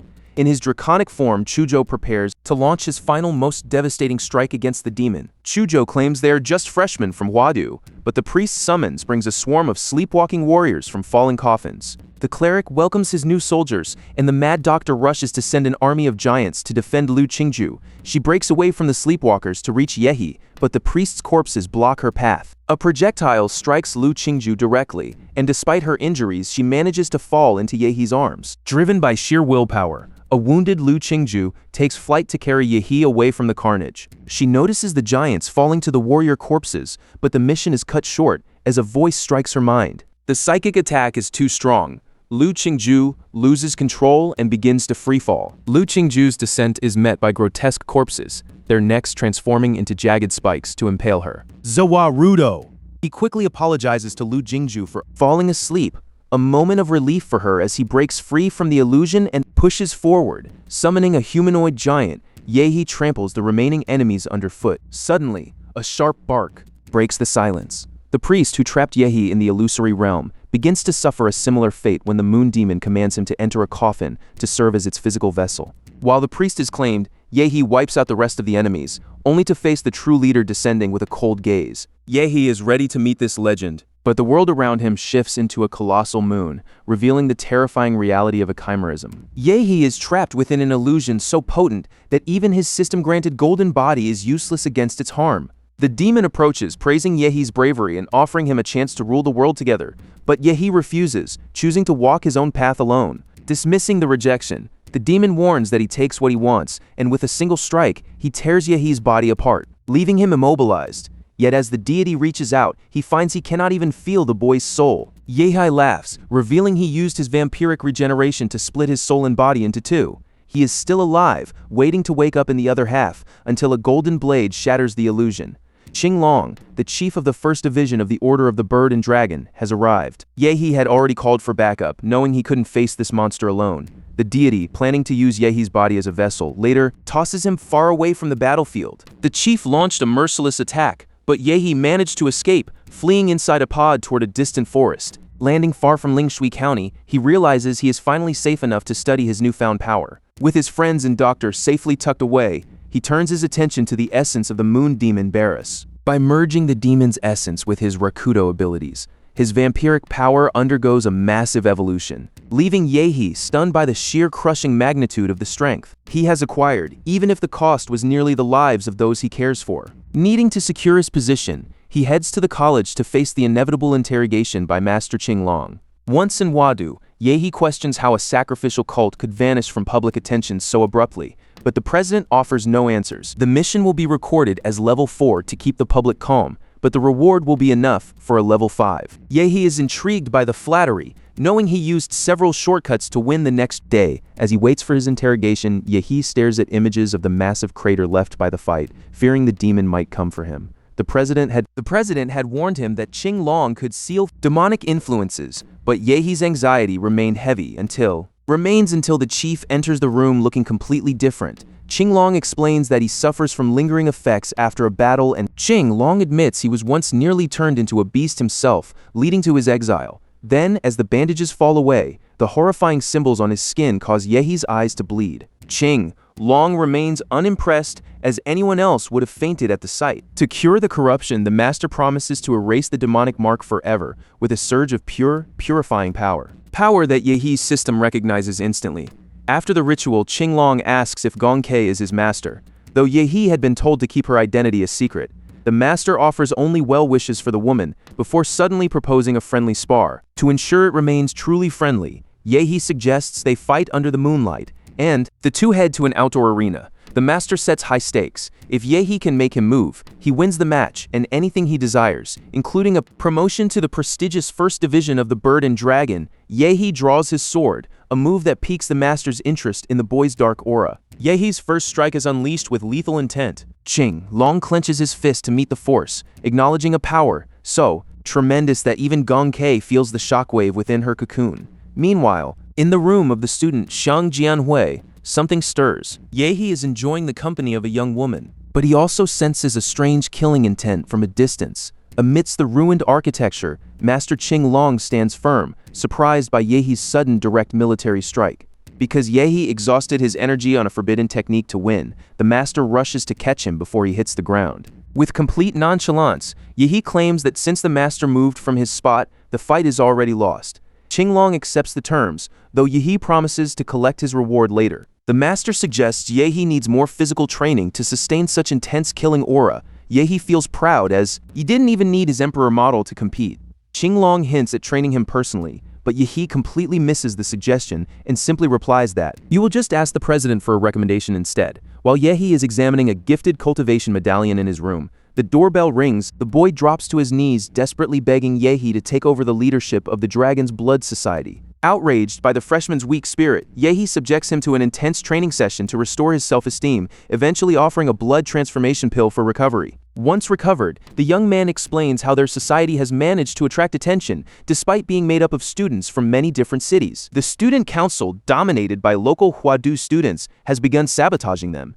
Yu Yang claims a popular student named Xiang is responsible for their downfall after a humiliating defeat. Yu Yang notes that while he could seek help from seniors, the social fallout from the other students would be too great. Desperate, Yu Yang begs Yahhei for help, leaning on their shared status as freshmen. Yahhei agrees to help, and as Yu Yang tears up with emotion, Yahhei demands more details, making it clear he won't risk his reputation just to settle a petty grudge. He refuses to get into trouble just to beat up a bully. As president, Yahhei must secure a high enough score for the Dragon's Blood Society to take part in the campaign. While new missions offer the chance for power, tension is boiling at the Dragon's Blood Society headquarters as Jin Chen complains about Ouyang's tardiness. Yan Juba of Lion tries to calm them, explaining that Ouyang is fetching the true president. But the suggestion to disband the society altogether only fuels the rage. Yan wants to hear the truth, prompting Jin Chen to suggest following a master from the imperial family named Yahhei. The room erupts in doubt, with many questioning if they can trust Yahhei, who has been missing for so long. But before any answer can be given,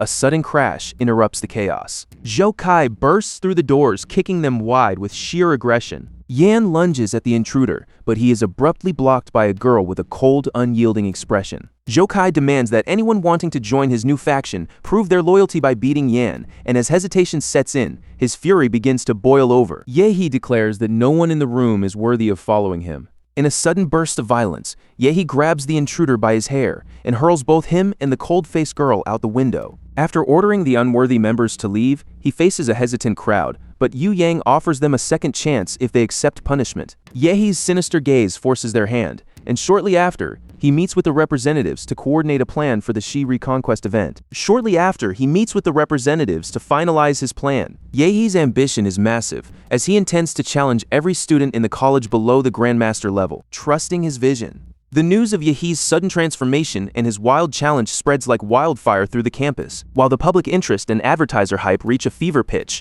Zhou begins plotting his revenge against Yahhei. The day of the event arrives to a packed arena and a global broadcast, as Yahhei makes a rockstar entrance by helicopter. As veteran Long Dao makes a stylish entrance to claim the glory. The true battle is about to begin. The crowd erupts as Yahhei lands a devastating blow to his opponent's chin, ignoring his own broken nose to secure the win. Even after shattering Yao Ling's spear with a single hand, Yahhei finds the combat far too easy. Watching from the sidelines, Zhou is intrigued by Yahhei's overwhelming strength and considers calling his older brother for help. As the fallen combatants litter the arena, a powerful man arrives, possessing enough strength to defeat a Grandmaster. He stands over the fallen. Apologizing for his younger brother's insolence during his recent visit to the Dragon Blood Society, Yahhei asks why this man is challenging him. Yading claims he is fighting for the Zhou family's reputation, insisting that Yahhei has no right to dishonor his brother's name. Then comes the ultimate insult. Yading demands that Yahhei kneel and apologize before the entire world, making a violent confrontation inevitable. As the two clash simultaneously, explosions from their blows erupt, making it hard to predict who will emerge victorious. Suddenly, Yahhei notices Yading's armor heating up as his opponent's arm surges with the energy of burning sunblood.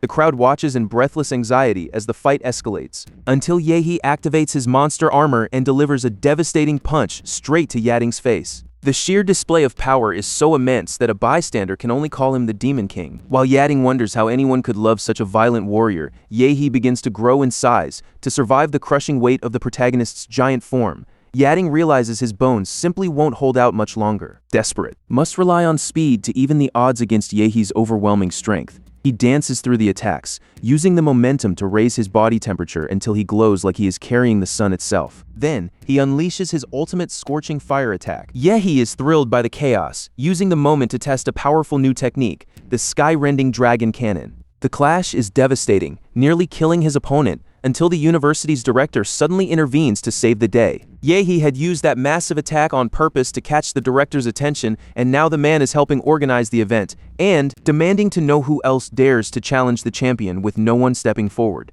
The director declares Yahhei the winner of the tournament. As he celebrates, the announcer proclaims the freshman a true legend. Yahhei's victory turns him into a social media sensation and a role model for every new fighter at Encheng's school.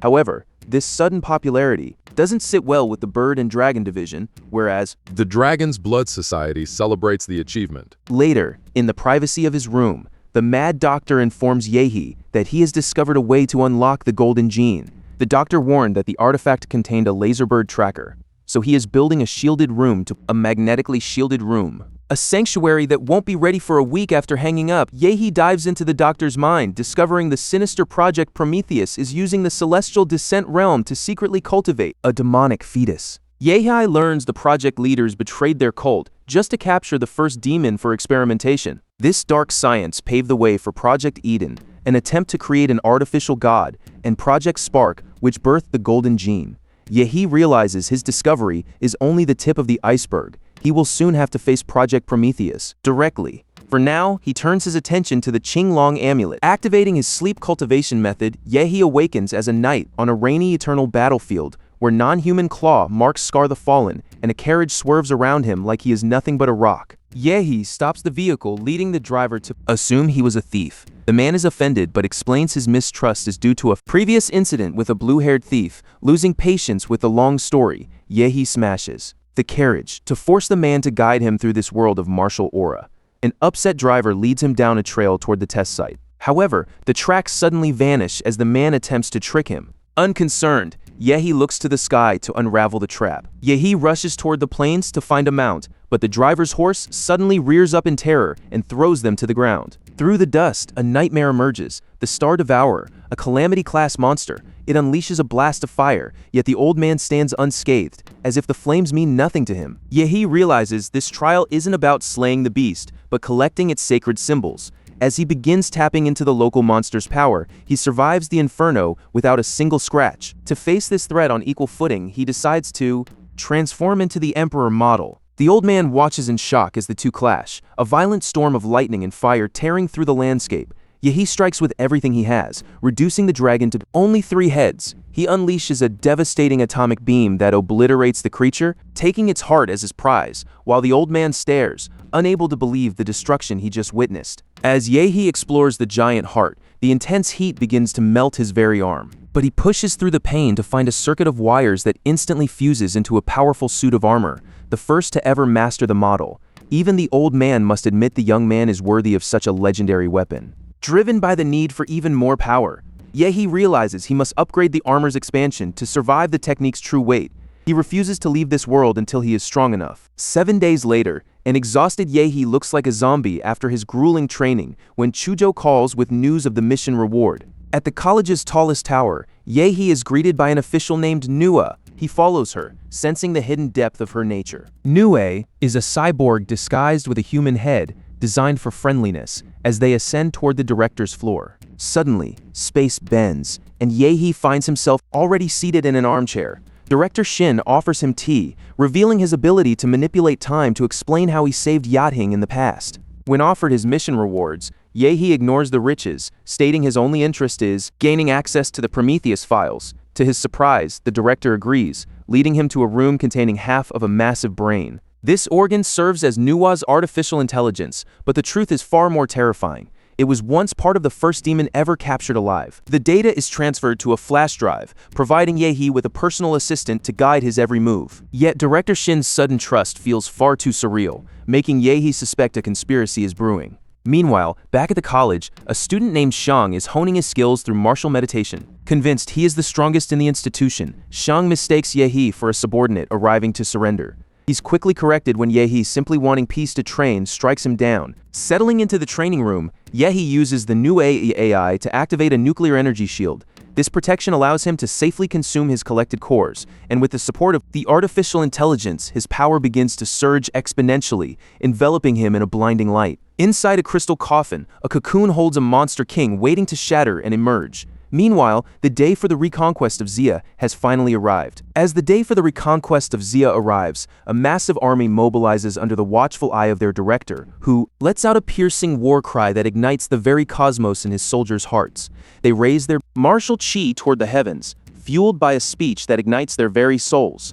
Meanwhile, far from the battlefield, Yahhei is finalizing a metamorphosis that looks less like a man and more like, much like a caterpillar preparing to become a butterfly. At Laserbird, Supervisor Yuyan ponders their recent failures and sees the reconquest of Xia as her chance to finally display her true power. She waits for the distraction to deepen, planning to release a monster possessing a golden gene to find what was lost. To execute this, she unlocks a heavy door, uncovering door, revealing a pod that both feeds and contains such an abomination. Hardened commander on a mission that could change everything. The captain feeds the creature the hearts of fallen warriors like a trainer feeding a dog, realizing the beast's hunger knows no bounds. Having no use for the golden gene anymore, he abandons the plane and orders the creature to ravage Xia. As the capsule bursts, the bloodthirsty beast finds its freedom and begins to gorge itself. The monster feels the pure pleasure of freedom as it starts its slaughter. While Xicheng falls under bombardment, the creature annihilates a winged beast in mere seconds. With this feast, the monster evolves, sprouting an imposing wing and multiple eyes, granting it the ability to recognize various gene types as it evolves. Warriors rush toward the falling plane, hoping the redhead Lu can protect them from whatever is coming.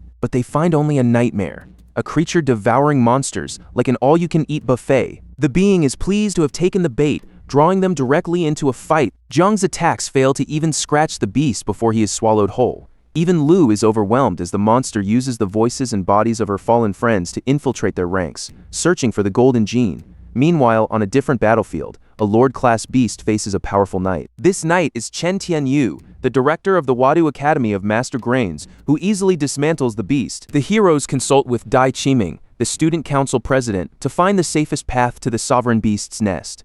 But while they contemplate their next move, a meteor-like egg crashes to the earth. From its core, the terrifying sovereign beast emerges. The director orders an immediate formation against the beast, but its heavy blow meets a desperate defense. A mage pierces its arm to create an opening, and though the monster targets the elder mage, a warrior with a shield steps in to protect him. Then, a yin-yang controller moves to seal the creature's movements. Seizing the moment, the heroes pull the monster into another reality where the group unleashes a massive assault, successfully destroying the head of the beast. Yet the king of monsters is not so easily defeated. Begins to transform, charging once more.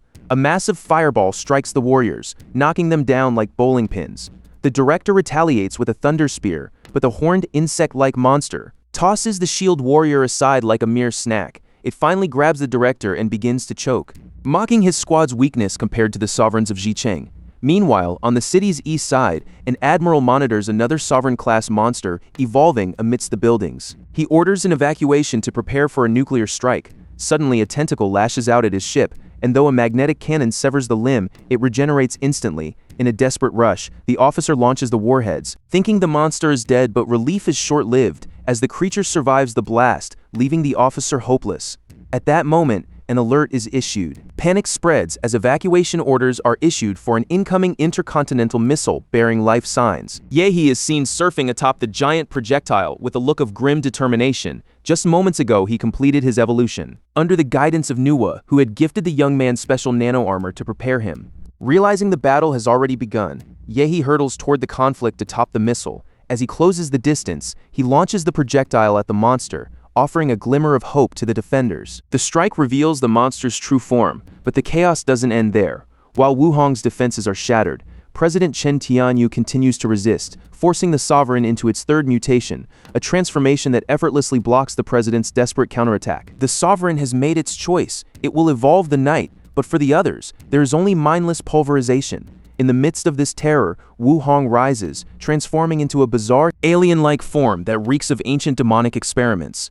Seeing this, the shieldman begins a transformation of his own, with tentacles sprouting from his body as he introduces himself as the negative, claiming, "Ye will devour the sovereign." He lunges forward to punch the alien, but his hands are instantly ensnared by corrosive tentacles. Realizing he has walked into a trap, he is swallowed whole by the negative, who mockingly remarks that he'll need an antacid for the digestion. As the survivors scramble to save Director Chen, a comet-shaped energy tears through the sky and Yahhei arrives to save the day. He unleashes a devastating nuclear Hadouken, soaring high into the air while performing a devastating terrestrial throw that buries the creature deep in the ground. Yet, against all odds, the monster rises. Even after that massive blow, the creature remains standing and dares to ask if Yahhei is finished. His response is another nuclear strike that leaves the onlookers completely stunned by his raw power. But this monster has a terrifying ability to split and grow stronger with every strike. Sensing the supreme gene within Yahhei, the beast transforms into a massive, even more dangerous entity in an attempt to devour him. Even a devastating blow from Yahei's dragon arm can't fully stop it before it unleashes a desperate genetic blast. Yahhei emerges from the smoke, protected by Demora, and declares that he hasn't even reached his peak yet.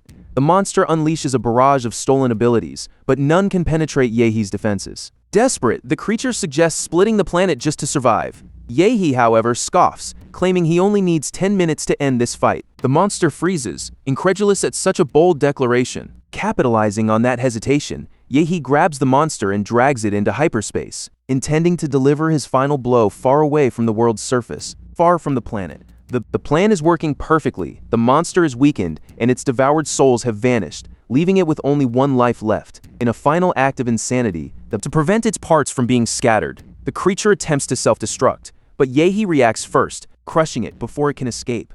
He compresses the carnage into a small sphere and swallowed whole. Next, he unleashes the Lord of Flames, spiking his internal temperature to stellar levels to implode the monster within his core. Back on the planet, Dai Qiming discusses the war with headquarters. He expresses gratitude for the mysterious warrior who saved them, though he is intrigued by the hero's unknown origins in Huadu. Meanwhile, Yahhei returns to the atmosphere like a comet, having refined his form through the supreme vampire evolution to shapeshift at will. Feeling invincible, he soars over the city as a commander from the Baton Nation. A foreign power watches in disbelief as the massive energy trails streak across the sky. The commander's sensors detect an explosion, yet vital signs remain. They belong to Yahhei in his supreme form. In a display of pure disrespect, Yahhei mocks the commander with an obscene gesture. He then expands his magnetic field to scan the planet, testing his reach against the beast-ravaged civilizations of other worlds. Watching the devastation, Yahhei can't help but wonder if the legendary warrior Fu Hongsheng is actually betraying humanity. Yahhei calmly reveals that he has already subdued the monster, leaving the doctor in absolute awe of his power. The doctor presents the golden gene, which triggers an overwhelming hunger in Yahhei, though he resists the urge to consume it and enter hibernation. Instead of a thank you, Yahhei delivers a sudden, powerful strike directly to the man's heart. By injecting negative biomass into the man, Yahhei grows a crystal carapace on his own back, offering it as a tool for evolution. The doctor breaks down in tears at the sight of such power. A command they promptly obey. Obeying immediately, Yahhei emerges with tentacles and activates a weapons module to decimate the enemies, appearing to the military as a one-man army. But the intensity is too much, and his weapons suddenly shut down from overheating. Seizing the moment, the commander orders his men to launch missiles and provide cover. As soon as Yahei's weapons cooled down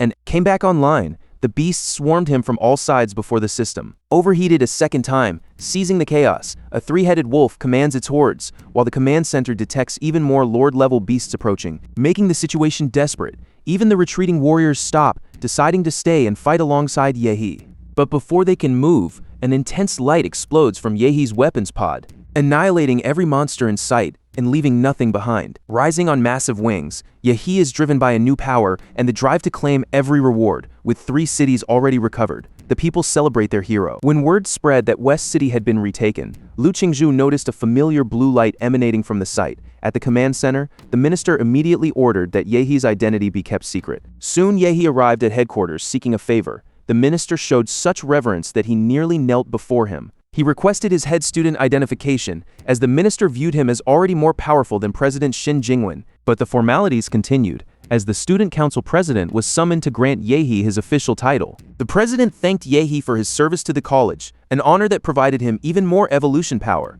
This granted him access to the A-class monster, the Hellstar, The massive Hellstar. a creature capable of blocking out the sun, which Yahhei is eager to fuse with Demora. Meanwhile, in Xinsheng City, warriors struggle to recover territory from infestations of rodent beasts that hide deep within the terrain, preventing a full-scale extermination. Frustration grows as they learn 2 more cities have already been retaken. The group's leader is indignant, claiming it is impossible to hunt their sovereign through such narrow, cluttered tunnels. Yahhei, however, is prepared to retake the city through stealth. His drive comes from the disappearance of the top 3 leaders. A direct result of Fu Hongsheng's betrayal, Yahhei cannot understand why a traitor would weaken his own nation, but he knows he must evolve further to face Hongsheng head-on. The dark tunnels had previously prevented him from locating the enemy sovereign. However, Yahhei had an ace up his sleeve and unleashed a specialized power to act as a tracker. His ability invaded the sewers, consuming rodent-like creatures with tentacles and forcing the sovereign to finally reveal himself. The monster was indignant that a single warrior dared to challenge him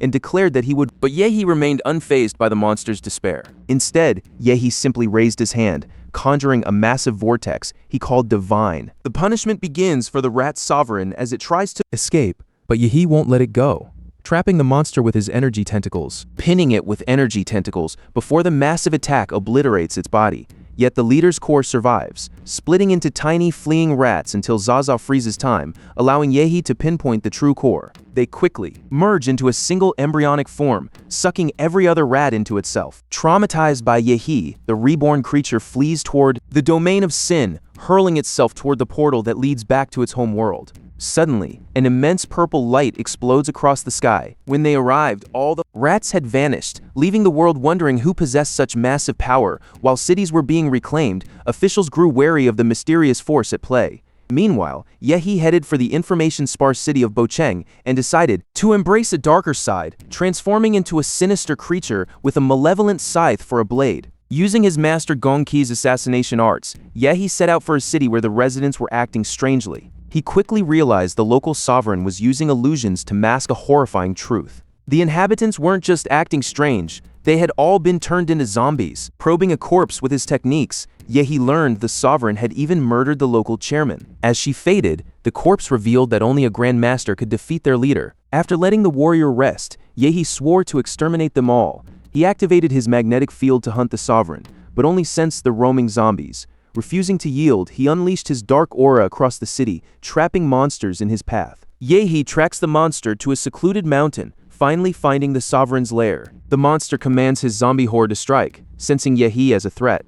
But an immense vortex forms in the sky, catching the monster's eye. An exhausted Yahhei strikes back, but his attacks fail to leave a mark. The sovereign remains unscathed, countering with a devastating strike that Yahhei manages to weather. But the momentum shifts quickly when the monster's strikes finally find their mark, proving too much to withstand. The sovereign punches Yahhei square in the face, shattering his mask and leaving him to be beaten like a punching bag. The pain finally pierces through Yahei's defenses. This agonizing blow was actually a calculated risk, part of a trap designed to lure the sovereign into the killing intent dimension. Within that realm, Yahhei relentlessly lashes out with his scythe, fighting to survive despite the damage he has taken. The sovereign's sheer drive to possess Yahei's body turns the battle even more desperate as he lashes out once again. But the sovereign blocks the strike with an indestructible golden bracer, forcing Yahhei back with the impact. Not to be deterred, Yahhei unleashes a flurry of devastating master-level strikes, tenderizing his opponent like meat. Then he activates the Zawarudo technique, trapping the monster in a sphere of energy. This massive surge of power allows Yahhei to absorb a new fighting style, bringing him one step closer to true dominance. Securing a monster that looks like a legendary alien tree, a prize that leaves him absolutely ecstatic. His excitement peaks when the system reveals a game-changing truth: the 10-headed Gina can fuse with Demora. This fusion is Yahei's ticket to infinite power, fueled by the legendary golden gene at its core. Driven by the chance to finally defeat Fu Hongsheng, Yahhei immediately initiates the fusion. However, a sudden conversation with a zombie changes everything. Yahhei learns of the existence of the Emperor of all beasts, a being capable of master-level techniques. Suddenly, fear begins to set in. Worry floods Yahhei. Meanwhile, at a Huadu base in the Nine Dragons River, the atmosphere is far too relaxed. The warriors are so busy enjoying a barbecue that they've even abandoned their posts because of this complacency. The base is completely vulnerable, and no one notices the intruder's approach. The invasion is already underway, led by a mysterious figure. Sent by Fu Hongsheng, one of the Emperor's 4 generals has arrived to massacre the warriors and force the world to bow before the monster emperor. After wiping out the men of Huadu in the secret realm, the invaders use the remains of weak monsters to bypass human protections and, across the world, the Council of the 9 Families of Huadu convenes to discuss Nuwa's urgent announcement calling for the Master's return. The elders have long worried about the disappearance of their top warriors and feared that Fu Hongsheng was increasing his power in seclusion. This neglect infuriates the council members who now plan to devise a strategy for when the Masters finally return. But peace is a memory as a black torrent rises in the Nine Dragons River, killing everything in its path. The humans fear a new rift until the monster appears in the imperial capital. As Wang Zithing orders a total notification of the threat, 4 Huadu masters confront the sovereign monster. He laughs at their audacity, claiming he only seeks the strong, but the master's true mission is to buy time for reinforcements. But the monster is unfazed by their combined assault, slaughtering them with effortless precision. Even aircraft and advanced warriors from Long QA cannot penetrate its defense, and every desperate attack only results in more casualties. Director Wang trembled with each new report on the mounting losses and the absence of outside help. In a desperate gamble, he activates the Special Registry Combat Power Protocol. Power. Despite his agent's protests, the director's mind was already made up, and so, 3 sinister warriors to face the threat, though the monster seems far more interested in the City of Clouds, confronting the warriors than any hero from the City of Clouds. The creature then conjured its power of extermination, unveiling nightmare heads growing from its arms. The trio readies for the inevitable strike as the sovereign lunges forward, letting out a terrifying divine cry. The monster mocks them to the sentient heads growing from its arms, disappointed that these warriors are weaker than the champions it expected in the City of Clouds. With a hungry, bulging eye, one of the heads anticipates the slaughter as they advance toward the city's skyline. Soldiers scramble to activate their protective shields, while a fish-eyed head shouts that resistance is futile. Missiles rain down on the sovereign, but the monster remains untouched. Suddenly, the sovereign loses track of the warrior it was hunting in the city. It is at that moment that Master Gongke appears, her blade flashing with incredible speed. The monster responds with a deadly corrosion wind strike, and the master realizes this battle will be difficult. Despite the wind, the sovereign's dismembered heads recognize her as a worthy opponent. Acknowledging this, Gongke launches a relentless new assault, dragging the sovereign into a dimension of pure murderous intent. Even in this void, the monster lashes out, but Gongke dodges with ease and reappears behind it to execute a blood-rending slash. Blood bubbles erupt and engulf the sovereign as the master's strike acts like a shredder, tearing the monster apart so fast it can't even regenerate. Even in pain, the creature realizes she is a true threat until it suddenly feels a heavy weight on its body. It's a horde of zombies, but as an evolved creature, the monster quickly realizes it was all just an illusion. While the monster recovers to prepare a Mahakala attack, Gongke calmly pulls out her phone to record the fight for Yahhei. She then unleashes her guillotine of millions. Gong's chains hold the beast, but the monster's aura begins to erase her very body. She narrowly escapes death as her guillotine strikes just before she vanishes, only for the creature to regenerate and begin a terrifying transformation. Facing the monster's blade, Gong realizes her mortality and fights with everything she has left. She senses a new warrior on the battlefield, someone poised to change everything, even as the Long Kui headquarters watches the battle in Huadu with bated breath. Meanwhile, a vortex has swallowed the City of Clouds, where a mysterious masked man stands face to face with the Sovereign. The creature responds with a single chilling word. This cryptic answer leaves the Eye of Tandera and Master Gong intrigued as the Sovereign charges. But this was merely a test of the 10-headed Jina. The Sovereign, seeing a worthy challenger, throws himself into the fray. Using his Jina eyes, Yahhei perceives every movement in slow motion. Seeking to test his new model, Yahhei manifests several refined cell clones that surround the enemy with equal strength. The Sovereign is terrified, and before invoking Zawarudo to freeze the monster's ability to move. Seizing the moment, Yahhei unleashes a devastating barrage of nuclear attacks against his trapped foe, releasing immense energy. The energy was so intense it looked like a second sun in the sky, but as the clones dissolve, the heat finally fades. Watching from the sidelines, the director of Long Kui wonders exactly when Yahhei gained such terrifying power. Yahhei acknowledges, restore his broken body. Finding such audacity intolerable, Yahhei grabs the Sovereign by the ear and drags him far away from Huadu. The Sovereign offers Yahhei a way to create a third sun, but his true motive is far more sinister, promising a spot in the imperial hierarchy. But Yahhei has no interest in waiting decades for a throne. Yahhei hurls the monster into the mountains. Now, outside Huadu, Yahhei unleashes the full power of Demora. Realizing Yahhei is a genuine threat to the Emperor, the Sovereign refuses to back down. The two forces clash with overwhelming fury until the Sovereign lands and his foot sinks into something unsettlingly slimy. A strange sap envelops the Sovereign, absorbing him into Yahhei's will until his submission is total, like a dog following a master's lead. Meanwhile, in Long Kui, rumors are spreading about a mysterious hunter who is reshaping the world. Sovereigns in the war. While directors debate if this masked man seeks to save the world or simply defeat every ruler, a terrifying revelation emerges. He belongs to an organization called Monstro, known as the Demonic Eye, and a luminous object has materialized over Huadu. The news leaves the bald director trembling as he realizes the scale of the threat. A massive presence, identified as the Sovereign Asura, looms over the city, but its aura feels wrong. Even more terrifying is the sight of Yahhei perched atop the enormous monster. Director Wang is left horrified, knowing the world must now rely on unknown organizations to survive.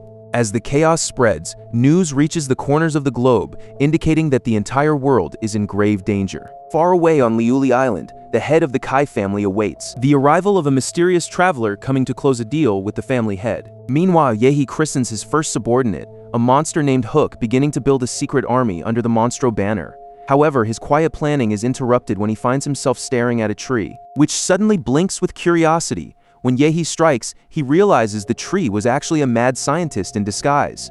The doctor proudly reveals he built the entire forest using biotechnology, and he leads Yahhei to his massive base. Yahhei is impressed by the speed of construction, as the lab has been operational for less than a month. To fund this operation, the scientist has been extorting the dying and turning the powerful into vampires to fuel the monster organization. To aid the organization, the doctor has been targeting influential figures, transforming them into monsters. Yahhei permits these methods provided the doctor avoids the brutal torture techniques used by Laserbird. In a hidden lab, the doctor keeps stolen researchers as servants, using his cyborg form as a mere projection to save energy. In reality, the doctor's true self is just a brain, connected to machines to bypass the needs of a physical body. After the tour, Yahhei introduces Hook to the scientist, but forbids him from experimenting on the giant. The meeting concludes, but a new discovery awaits. Yahhei is led into a massive aquarium to face artificial Demora, a fish possessing nuclear-level power. With the deal finalized, Yahhei prepares to return to Huadu. The mission to retake Jaya was a triumph, but a new order has begun to rise in the city. Even with food rationing and curfews in place, Yahhei notices how much the city has changed. Seeking his first day as an intern at the Long Kui headquarters, he finds the building eerily empty. He is soon greeted by Agent Linju, a grumpy veteran who is working alone due to heavy losses at the borders. Linju points him toward his desk, her frustration evident. Seeing her overwhelmed, Yahhei tries to help by using a brain activation wormling to give her a boost. He discreetly pours the creature into her tea, hoping it will work better than any energy powder. As she drinks it, satisfied by the sudden surge, an emergency call interrupts her peace. Riots are breaking out in the city. Seeing a chance to prove himself, Yahhei offers to handle the chaos in her place. Lin Ju is hesitant to send an intern on a mission, but Yahhei assures her he can be trusted. A sudden pleasant aroma fills the air, luring Captain Lin into a magnificent banquet that is nothing more than a clever illusion. Yahhei admits he's only using her fatigue to exploit her senses. Despite her training, Lin realizes Yehei's illusionary power is far beyond anything a Xuanwu warrior could ever hope to face, not wanting to be responsible if something goes wrong. Before she can finish, Yahhei rushes off, leaving her a note and a drink for strength. Meanwhile, at the chaotic southwest border, Yahhei arrives in disguise, ready for the fray. Yahhei rides the bus, using his techniques to drown out the stench of the crowd. While news reports highlight recent terrorist suppressions by special forces, he decides to move discreetly to strike at the roots of evil. The journey is violently interrupted when a van swerves to block the bus's path, allowing two robbers to board with clear criminal intent. Fearing for their lives, the passengers scramble toward the back, leaving Yahhei crushed like a sardine in a can. The criminals demand total cooperation before two more burly men climb aboard. The leader then announces his plan to force everyone to take a specific heart symbol tattoo he displays on his chest. He immediately recognizes the mark Manhwa showed him and finds the idea of forcing citizens to wear it utterly disrespectful. In the chaos, a brave elderly passenger tries to confront the criminals. One thug swings a blade to punish him, but the weapon suddenly deflects and strikes their own leader. The boss glares at his accomplice, demanding to know if this is a rebellion, but the man stammers, claiming the knife moved on its own. The boss refuses the excuse and orders a brutish tattoo artist to kill the traitor. Then the unexpected happens. The skinny subordinate easily defeats two men, and even after the rest of the gang tries to capture him, the citizens watch in bewilderment. The subordinate tosses every bandit out of the vehicle. He even drags the boss back to the van like a child and drives off, leaving everyone wondering exactly what just occurred. The van hurtles down the road, the driver slumped behind the wheel like a mindless zombie. The gang leader realizes his subordinate is being controlled and tries to, but Yahhei remains cold and detached, meditating as he demands the truth about the criminal organization. The leader stammers, knowing that any falsehood could be his last. As the van swerves dangerously toward a cliff, the tension reaches a breaking point. Fed up with the lies, Yahhei unleashes his dark tentacles to devour the criminals, making it clear he has no interest in being a hero. With the threats eliminated, Yahhei uses his powers to transmute the wreckage into a high-tech supercar, integrated with the AI system, Manhwa. Now, driving his own version of a Batmobile, he commands Manhwa to head to Chen City to forge him a new life as a wealthy man. While Yahhei heads toward his new life, a different kind of shadow falls over the Arrowed Heart Gang headquarters. The Bloodthorns organization is gathering, plotting to sow chaos in the city. They hesitate, knowing the Long Kui organization has tightened its grip and defense on the area. But one woman in the group sees a golden opportunity, a way to strike through the influence of the wealthy Master Yi, a billionaire heir whose ostentatious lifestyle makes him a target. Despite warnings of a trap, the Bloodthorns decide to head to Chen City to exploit his riches. They don't realize that Yahhei already holds their criminal records and is waiting for them to walk right into his trap. When his servant announces the trio's request for a meeting, Yahhei grants it, knowing their arrival is practically a death sentence. As they enter the city, a blonde woman feels eyes watching them from the strangely calm, zombie-filled streets. Their car screeches to a halt in panic, but the undead locals simply watch their dinner escape, and the woman reveals a terrifying premonition of their impending death, leading to an argument with her companions who feel they were led into a trap. She tries to calm them, explaining that while their visions showed a forest, they are currently in a city, and therefore they might still escape their fate. Then, a sudden shift occurs. Yahhei, using a cell to project his consciousness, seizes the vehicle and claims mastery over her fate, transforming reality into the very nightmare she foresaw. In the wreckage, she watches helplessly as her companions perish, one dying instantly and the other, a man with dreadlocks, begging for a mercy that will not come. Fate cannot be escaped, and moments later, the car explodes with a man still trapped inside. Bursts into flames with a man trapped inside. Facing certain death, the blonde woman simply closes her eyes and waits for the end. His quickly becoming another of his servants, however, her greed proves fatal as scales form on her body. Taking advantage of this connection, Yahhei enters her mind to hunt the Bloodthorn organization, a terrorist group hiding in a submarine. With the help of his clones, Yahhei wipes out the organization. In the following month, crime rates plummet as a mysterious warrior hunts criminals in the shadows. Only the police and military are aware of this hunter, who is becoming more efficient with every kill. Meanwhile, Yahhei flies over the open sea, searching for his next target. His magnetic field detects nothing, but he knows he is close. Time is running out to find the enemy. Suddenly, he locates his target and begins the hunt by emitting gamma cells, a massive saber ship gliding silently through the depths. but the crew on board has already detected something enormous approaching. They blast sonic waves to drive the beast away, but it fails. The crew realizes they only have 5 minutes before the intruder arrives. They launch trident torpedoes, but Demora is unaffected and smashes through the hull. Even with every torpedo fired, Demora's power wipes out the entire crew. Now, Garrett, an S-rank specialist and leader of the Bloodthorn, must step forward to face the monster. Furious at the destruction of his legacy, Garrett hurls a nuclear battery at Demora, but the beast simply swallows it whole. Garrett waits for the explosion that should end it, but Demora only burps, casually asking for antacid after the blast. The leader can only stare in disbelief at such impossible strength. Demora retaliates with sonic waves that leave Garrett dazed, though the veteran warrior manages to sprout tentacles from his back to defend himself. But the battle is far from over, and Demora releases a thick gas that paralyzes Garrett as if he were caught in goo, a condition that, as the monster glides toward the southeast triangle, hunting for Yahhei. Meanwhile, in the country of Fae, a lone guard scans the sea horizon with his binoculars, searching for any sign of movement. His heart sinks as he realizes the moving shape on the horizon isn't an island, but a colossal sea beast approaching with terrifying speed. When a torpedo boat attempts to intervene, Demora unleashes a cosmic nuclear attack, vaporizing the ship and sending a massive wave crashing into the command tower.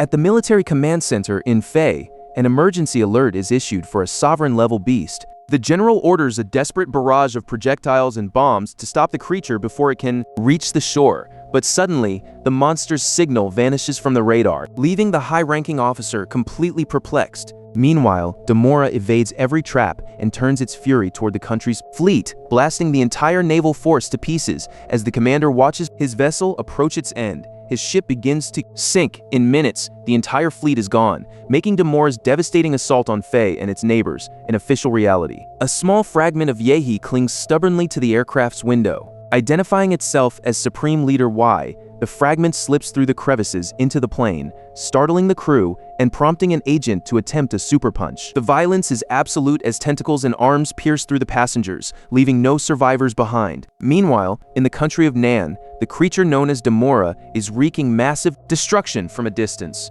Pavle Adu, a Western warlock known as the Ice Demon King, watches the carnage. He collects ice trophies from beasts he defeats, and securing Demora has become a matter of honor for the warlock. His mission is to bring the monster to the center of Zia for a massive reward, but legends speak of a darker force, a sinister witch from the west. This witch was responsible for the fall of Atlantis and the Black Death, which decimated half the continent. To stop such darkness, the Knights of the Holy Faith once began a massive witch hunt. That's because the witch remains hidden, waiting for her moment to emerge. The truth is, she is Pavle Adu's conjoined twin, living hidden beneath his robes. Demora spots the lone survivor, the warlock Pavlo, who is flying towards the beast while unleashing ice power. Demora unleashes a wave of nuclear fury, but Pavlo counters with a massive ice mirror that causes a colossal explosion. Intrigued by the magic, the warlock vanishes and strikes Demora from behind with stalactites. Yahhei realizes that his opponent's retreat is nothing more than a deceptive lure, deadly trap.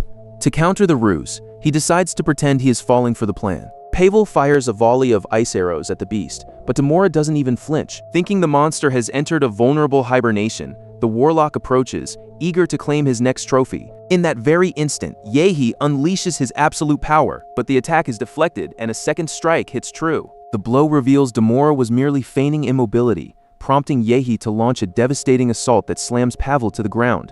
After slamming his opponent down, Yahhei whispers the truth about the hidden girl, leaving the shocked warlock to face Demora's fury. But Pavel uses his sister's endless mana to flash freeze the shadow tree into a beautiful icy monument. In mere moments, Demora is transformed into a frozen ice statue, and Pavla gazes at the masterpiece with pride. Suddenly, the plants within the creature begin to turn golden and shatter the ice that bound them.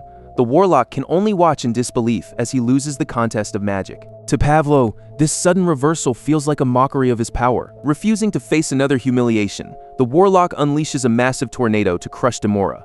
But Yahhei isn't intimidated, activating his Supreme Leader mode to counter the storm. Demora responds with an incinerating blaze, turning the battlefield into a furnace. The intense heat melts Pavla's ice, leaving him defenseless against the monster's wrath. After narrowly escaping the giant's crushing hand, Pavla hides in the clouds to recharge. His peace is shattered when Yahhei emerges from the mists, riding Demora's head like a king. Yahhei fires a bolt of lightning, but the wizard mocks his aim. However, the heavy clouds provide the perfect conductor for a deafening thunderclap that locks Pavla in place. A spear of lightning pierces Pavel's body, trapping him in a continuous, agonizing electrical charge. As the wizard and his sister are impaled on ice, a new threat stirs. In the Belton Federation, Director Adler is furious to learn Pavel has abandoned the battle against Sia to fight a mysterious masked figure. Meanwhile, the dissipating cloud cover reveals a brutal scene to the watching citizens. Yahhei orders his beast to deliver the final blow as flames begin to engulf the ice capsule where the warlock. But the warlock's sister is more formidable than anyone imagined, shattering the ice and blocking the attack with ease. She releases a freezing tide that shatters the giant monster like stone, and Director Adler realizes the terrifying truth. The temperature plummets instantly. Surroundings are turning deathly cold as the Witch of the Century awakens. Fearing a new ice age, Adler prepares a space-based weapon, only to hear that Yahhei is already grappling with the witch. Yahei's tentacles lash out, but the witch splits her body to escape and reassemble herself, surprising Yahhei with her ability to turn into pure energy. Determined to finish it, Yahhei unleashes a celestial net of tentacles to ensnare the abomination. The trap is so perfect that Yahhei licks his lips in anticipation, even as the witch lets out a deafening scream. Yahhei judges the witch as possessing immense primordial strength, but she lacks any real intelligence. Suddenly, she manifests a massive ice form of Pengu, but Yahhei counters with his own sun-based technique, a 1,000-hand solar disk that leaves the director wanting to know more about the fighter. The country's AI responds by playing footage of his legendary battle against the three-headed beast in Wadu. As observers watch with intrigue, the clash of giants rages on, with the Ice Pengu losing a horn, even as the witch unleashes wave after wave of massive spells. Treating her like an unruly child, Yahhei invokes the flaming form of Zhulong, and strikes with a fire dragon. Ice spikes intercept the flames, but Yahhei uses the opening to charge directly at his opponent. The instant he nears her, the entire world is plunged into a sudden, absolute freeze. Yahhei suppressed the woman's existence to consume her, intending to refine her under his command. After destroying the spying satellites, he viewed southeastern Korea as pacified, choosing to hide his form until his integration was complete. Meanwhile, at Longqi headquarters, the director monitors the brewing rebellion in the southeastern triangle countries against Sia.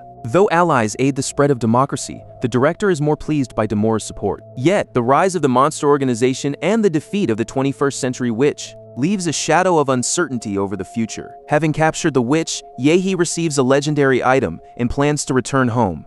He believes his actions serve the good of Sia, despite the heavy cost. He has become the world's guardian, but also its bloodiest tyrant, carrying the debt of thousands of lives reaped. To balance this, he decides to target the 9 families of Wadu and send their ancient mummies back to their sarcophagi. Force their ancient mummies back into their sarcophagi. As the region stabilizes, colleges return to normal and civilians finally breathe easy. As the students return to their academic routines, a new chapter begins. Everyone is talking about the masked man and Damora, whose impact on the war was so massive that photos of Yahhei's monsters are now being collected like trophies.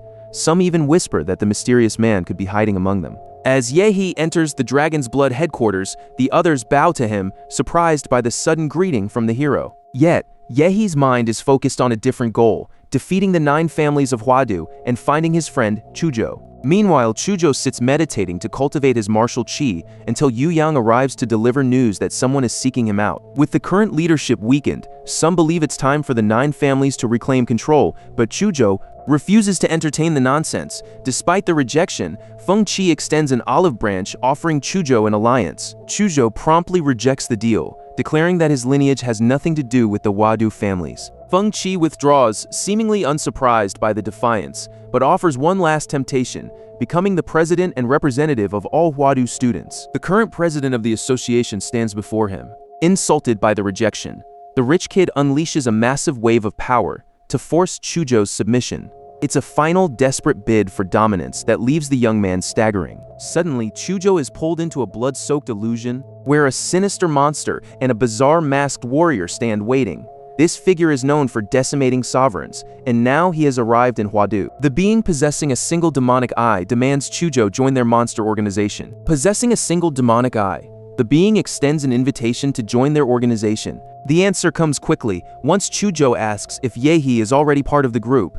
The masked man's confirmation is all it takes. The proposal is accepted instantly. The sovereign promises to return for his new member tonight and fires a beam of energy into Chujo to enhance his martial intellect. In reality, the president senses the sudden evolution in the boy's bloodline, but he is far from intimidated. Instead, he raises his own martial level, and the two clash in a violent struggle. The playboy continues his relentless pitch to Chujo, but Chujo refuses to join any cowards who abandoned Huadu when it needed them most. Suddenly, Yu Yang opens the door, leading to Yahei's silent observation of the duel. Bunki scoffs at Chujo, arrogantly claiming he could crush the entire association combined. The Chu family's eldest son watches in disbelief as Yahhei declares it is finally. Despite Uyang's panic over the treatment of the guest, Yahhei shows no mercy as he hurls Feng Qi straight through the window. As the dust settles, Chujo realizes his path to becoming a true monster has begun. The tension breaks as the two friends embrace, leaving Uyang behind to struggle with explaining the situation to the Chu family. They step away to speak in private. Yahhei begins to explain his new personality traits to his friend, but Chujo is more concerned about when Yahhei joined the monster organization. Yahhei claims the demonic eye recruited him after the Lin Shui County mission, deliberately omitting the truth about how he actually saved everyone. He adds, with a lie, that he has grown much stronger with help from the organization. When Chujo asks about the number of masters at that level, Yahhei claims there are only 5, easing Chujo's fears about an invasion. All he must do is follow the demonic eye's instructions. After their talk, Chujo leaves the office still feeling uneasy, leaving Yahhei alone with his thoughts. He knows he would never hurt his friend, even though the next plan will require Chujo's participation. However, a massive shadow looms. The 9 families have always held great influence. Digging through ancient archives, Yahhei uncovers the truth about Nuwa and the devastating power of Dragon Qi. These documents reveal that the royal families can manipulate this energy to trigger natural disasters, making the 9 families a threat to everyone. Stealing their power is the only way to stop them. The method is hidden within Nuwa's secrets. Every 70 years, a guardian is chosen to serve as a living chained vessel for the Qi. To stop the families, Yahhei must transfer this power to Chujo, who carries royal blood. Determined to save his friend, Yahhei adopts the form of the demonic eye to begin a transformative baptism ritual. Agony takes hold as Chujo covers his eyes. The demonic eye injects a foreign energy that grants him a new way of seeing the world, officially baptizing him as its disciple. With a powerful new vision technique, Chujo accepts his new role, calling Yahhei master as they meditate in the quiet of the boy's room. Yahhei commands him to wash the blood from his eyes, using the water from the air as the technique settles into Chujo's eyes. Yahhei further empowers him, granting him the energy to glimpse the spiritual world and strengthening his body with YH cells. With Chujo now resilient enough to withstand the dragon's Qi, Yahhei sets off on a new journey to meet his master. Yahhei finds his master, Gongkei, irritated by his sudden disappearance, but a thoughtful gift quickly restores her favor. The woman is impressed that her student has already surpassed the Grand Master level, and she agrees to help him find the legendary Bodhi scripture. While Yahhei seeks knowledge, his demonic eye clone continues training Chujo on his burgeoning abilities. Concentrating hard, Chujo feels his pupils dilate in an unsettling way, granting him the terrifying ability to see the world through the eyes of causality. Everything is about to change. Chujo feels a newfound sensitivity, confident that he could defeat his past. However, the demonic eye warns him that this power is a double-edged sword. Capable of manifesting colossal divine forms through illusions. As his eyes burn with the strain, his master warns him that mastery takes time, and though exhausted, Chujo refuses to quit. He is handed a small case, a gift to aid his arduous journey. Upon opening it, Chujo jumps back in alarm, mistaking the resident slime for a dangerous beast. However, the creature is actually Yahhei, a friendly slime that begins to rub against him, rapidly increasing his life force. At this moment, the demonic eye commands him to keep training. Meanwhile, in the imperial capital of Gunan, the elders are boiling with rage, especially after the president of the Dragon's Blood Association publicly humiliated the young man. The powerful families are left in disbelief after a mere freshman defeats Feng Qi. This loss is a clear message of defiance from the Longhui and Huadu against the ruling 9 families. One agitated elder begins to incite the others to declare war, but he is quickly silenced by another who fears the public's wrath. Tensions boil as they refuse to back down from their positions, until the clan patriarch, Chu Hong, interrupts the heavy atmosphere. He declares that the Dragon Qi passage ceremony in 2 months must remain the absolute priority. The decision only pushes the red-bearded elder toward madness, leaving him vowing to kill his rival. At the city walls, Yahhei feels the sting of frustration since only those with royal blood can enter. He scolds Yahhei internally before devising a plan to infiltrate the Golden Horse Club. a venue for the city's elite. There he smoothly deceives a manager to gain access to a list of VIP guests and their secrets. But he manages to deceive her. He seeks information on the city's top warrior, showing little respect for the local families. The noble's presence is felt by all, even as the local heirs glare at him. The tension between the local families and the nobles from Huadu is palpable. When an employee suggests the top warrior works for Long Qa, Lu's temper snaps. Displeased by the city's indecision, he smashes a bottle over the worker's head and declares that Jia belongs only to royalty. Then, the noble turns to leave, but his path is abruptly blocked by one of his own bodyguards and is suddenly caught in an illusion of a magical beast created by Yahhei. Before Liu can even reach for an alarm, a needle finger technique strikes, causing his head to swell like a bladder. The attack explodes before his companions, who, leaving them drenched in blood and screaming for help. With a sadistic grin, Yahhei tells them to settle down. The Liu family heir tries to negotiate, but Yahhei ignores him, launching a deadly needle finger attack to seal the deal. The needle plunges into the young man's forehead, as Yahhei mockingly thanks him for making it easy to take control. An entity called AI Fei possesses the body, leaving the survivors stunned as the young Liu becomes a mere vessel. Now, under Yahhei's command, the possessed heir must turn the others into servants. As Yahhei departs, an infiltrator is successfully planted within the imperial city. The mission to spread a widespread infection begins with a deep meditation. Though it only works on the weak-minded, this infection can only take hold if the target's mind is vulnerable enough to break. To save Chuzhou, Yahhei realizes he must master the dragon's chi by perfectly balancing his spiritual and physical strength. Yahhei knows that only the causal energy from his eyes can trigger his evolution, so he activates the 10-headed hyena to awaken it. His body turns a radiant gold, and he realizes the power he has gained is beyond his imagination. 2 months pass, and Yahhei, now known as the Demonic Eye, is training with his former rival Chuzhou. To test this evolution, Yahhei demands a display of strength, prompting Chuzhou to unleash his beast form through a chilling icy aura to impress his master. But Yahhei, the Demonic Eye, is ready, activating the Hellstar power to counter the frost. With his enhanced sight, Yahhei tracks Chuzhou's luminous spheres, even as the boy summons an ice dragon to launch a flurry of arrows at his master's pulsating ring, and then strikes with its claws. But the spheres explode, leaving Chuzhou stunned by a series of simultaneous blows, yet the Demonic Eye spots something unexpected. The dragon was merely a decoy. Chuzhou reveals his true self and launches a surprise attack from behind. Yahhei recognizes the clone decoy technique, but he is caught off guard and ends up covered in ice. Chuzhou seizes the opening to close the distance, but Yahhei manages to dodge just in time. Even so, the ice dragon charges. The ice dragon surges Forward, swallowing Yahhei and splitting his frozen form in half. For a moment, Chuzhou believes victory is his, but the target was nothing more than an illusion. Yehei's voice cuts through the chaos, declaring that Chuzhou's friend is destined to remain. The true power of the enemy is required to fuel such a devastating spell, leaving Chuzhou to face the reality of his failure. The tension hangs heavy in the air. To reach his peak, Chuzhou must tap into the darkness of his past, and the illusion forces him into a chilling memory.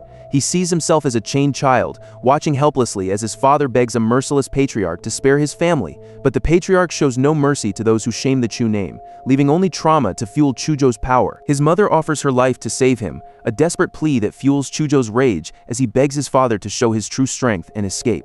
As the patriarch's hand descends for the killing blow, the mother's final wish for him to become a warrior echoes through the vision. In his absolute despair, the young boy screams, and his fury shatters the chains, awakening his true power. The demonic eye watches as Chuzhou opens his eyes, his expression transformed by the trauma. Yahhei finally understands the power of the eyes of causality, feeling a heavy gratitude for one last glimpse of his mother and the techniques he has gained. The master explains that such profound abilities can only be unlocked through the weight of deep, agonizing pain. To test him, the master orders Chuzhou to attack, but the boy hesitates, fearing the danger, though Yahhei assures him that he cannot be destroyed easily. Determined, Yahhei unleashes his power. Chuzhou's technique erupts with absurd energy that cuts through everything in its path, and yet, the master remains completely unmoved by the strike, leaving Chuzhou stunned while the demonic eye looks on with satisfaction. To qualify for the organization's missions, the master demands to see a manifestation of Chuzhou's divine form, assuring him that his specialized armor will prevent him from being blinded by the process. At that moment, Yahhei arrives to tell him to trust the process, allowing a slime to enhance his current state. As the two merge, even Yahhei is shaken by the sheer impact of the boy's eyes of causality. The transformation is complete as the divine form manifests, turning Yahhei into the mighty Lord Erlang of the Qingyuan divinity.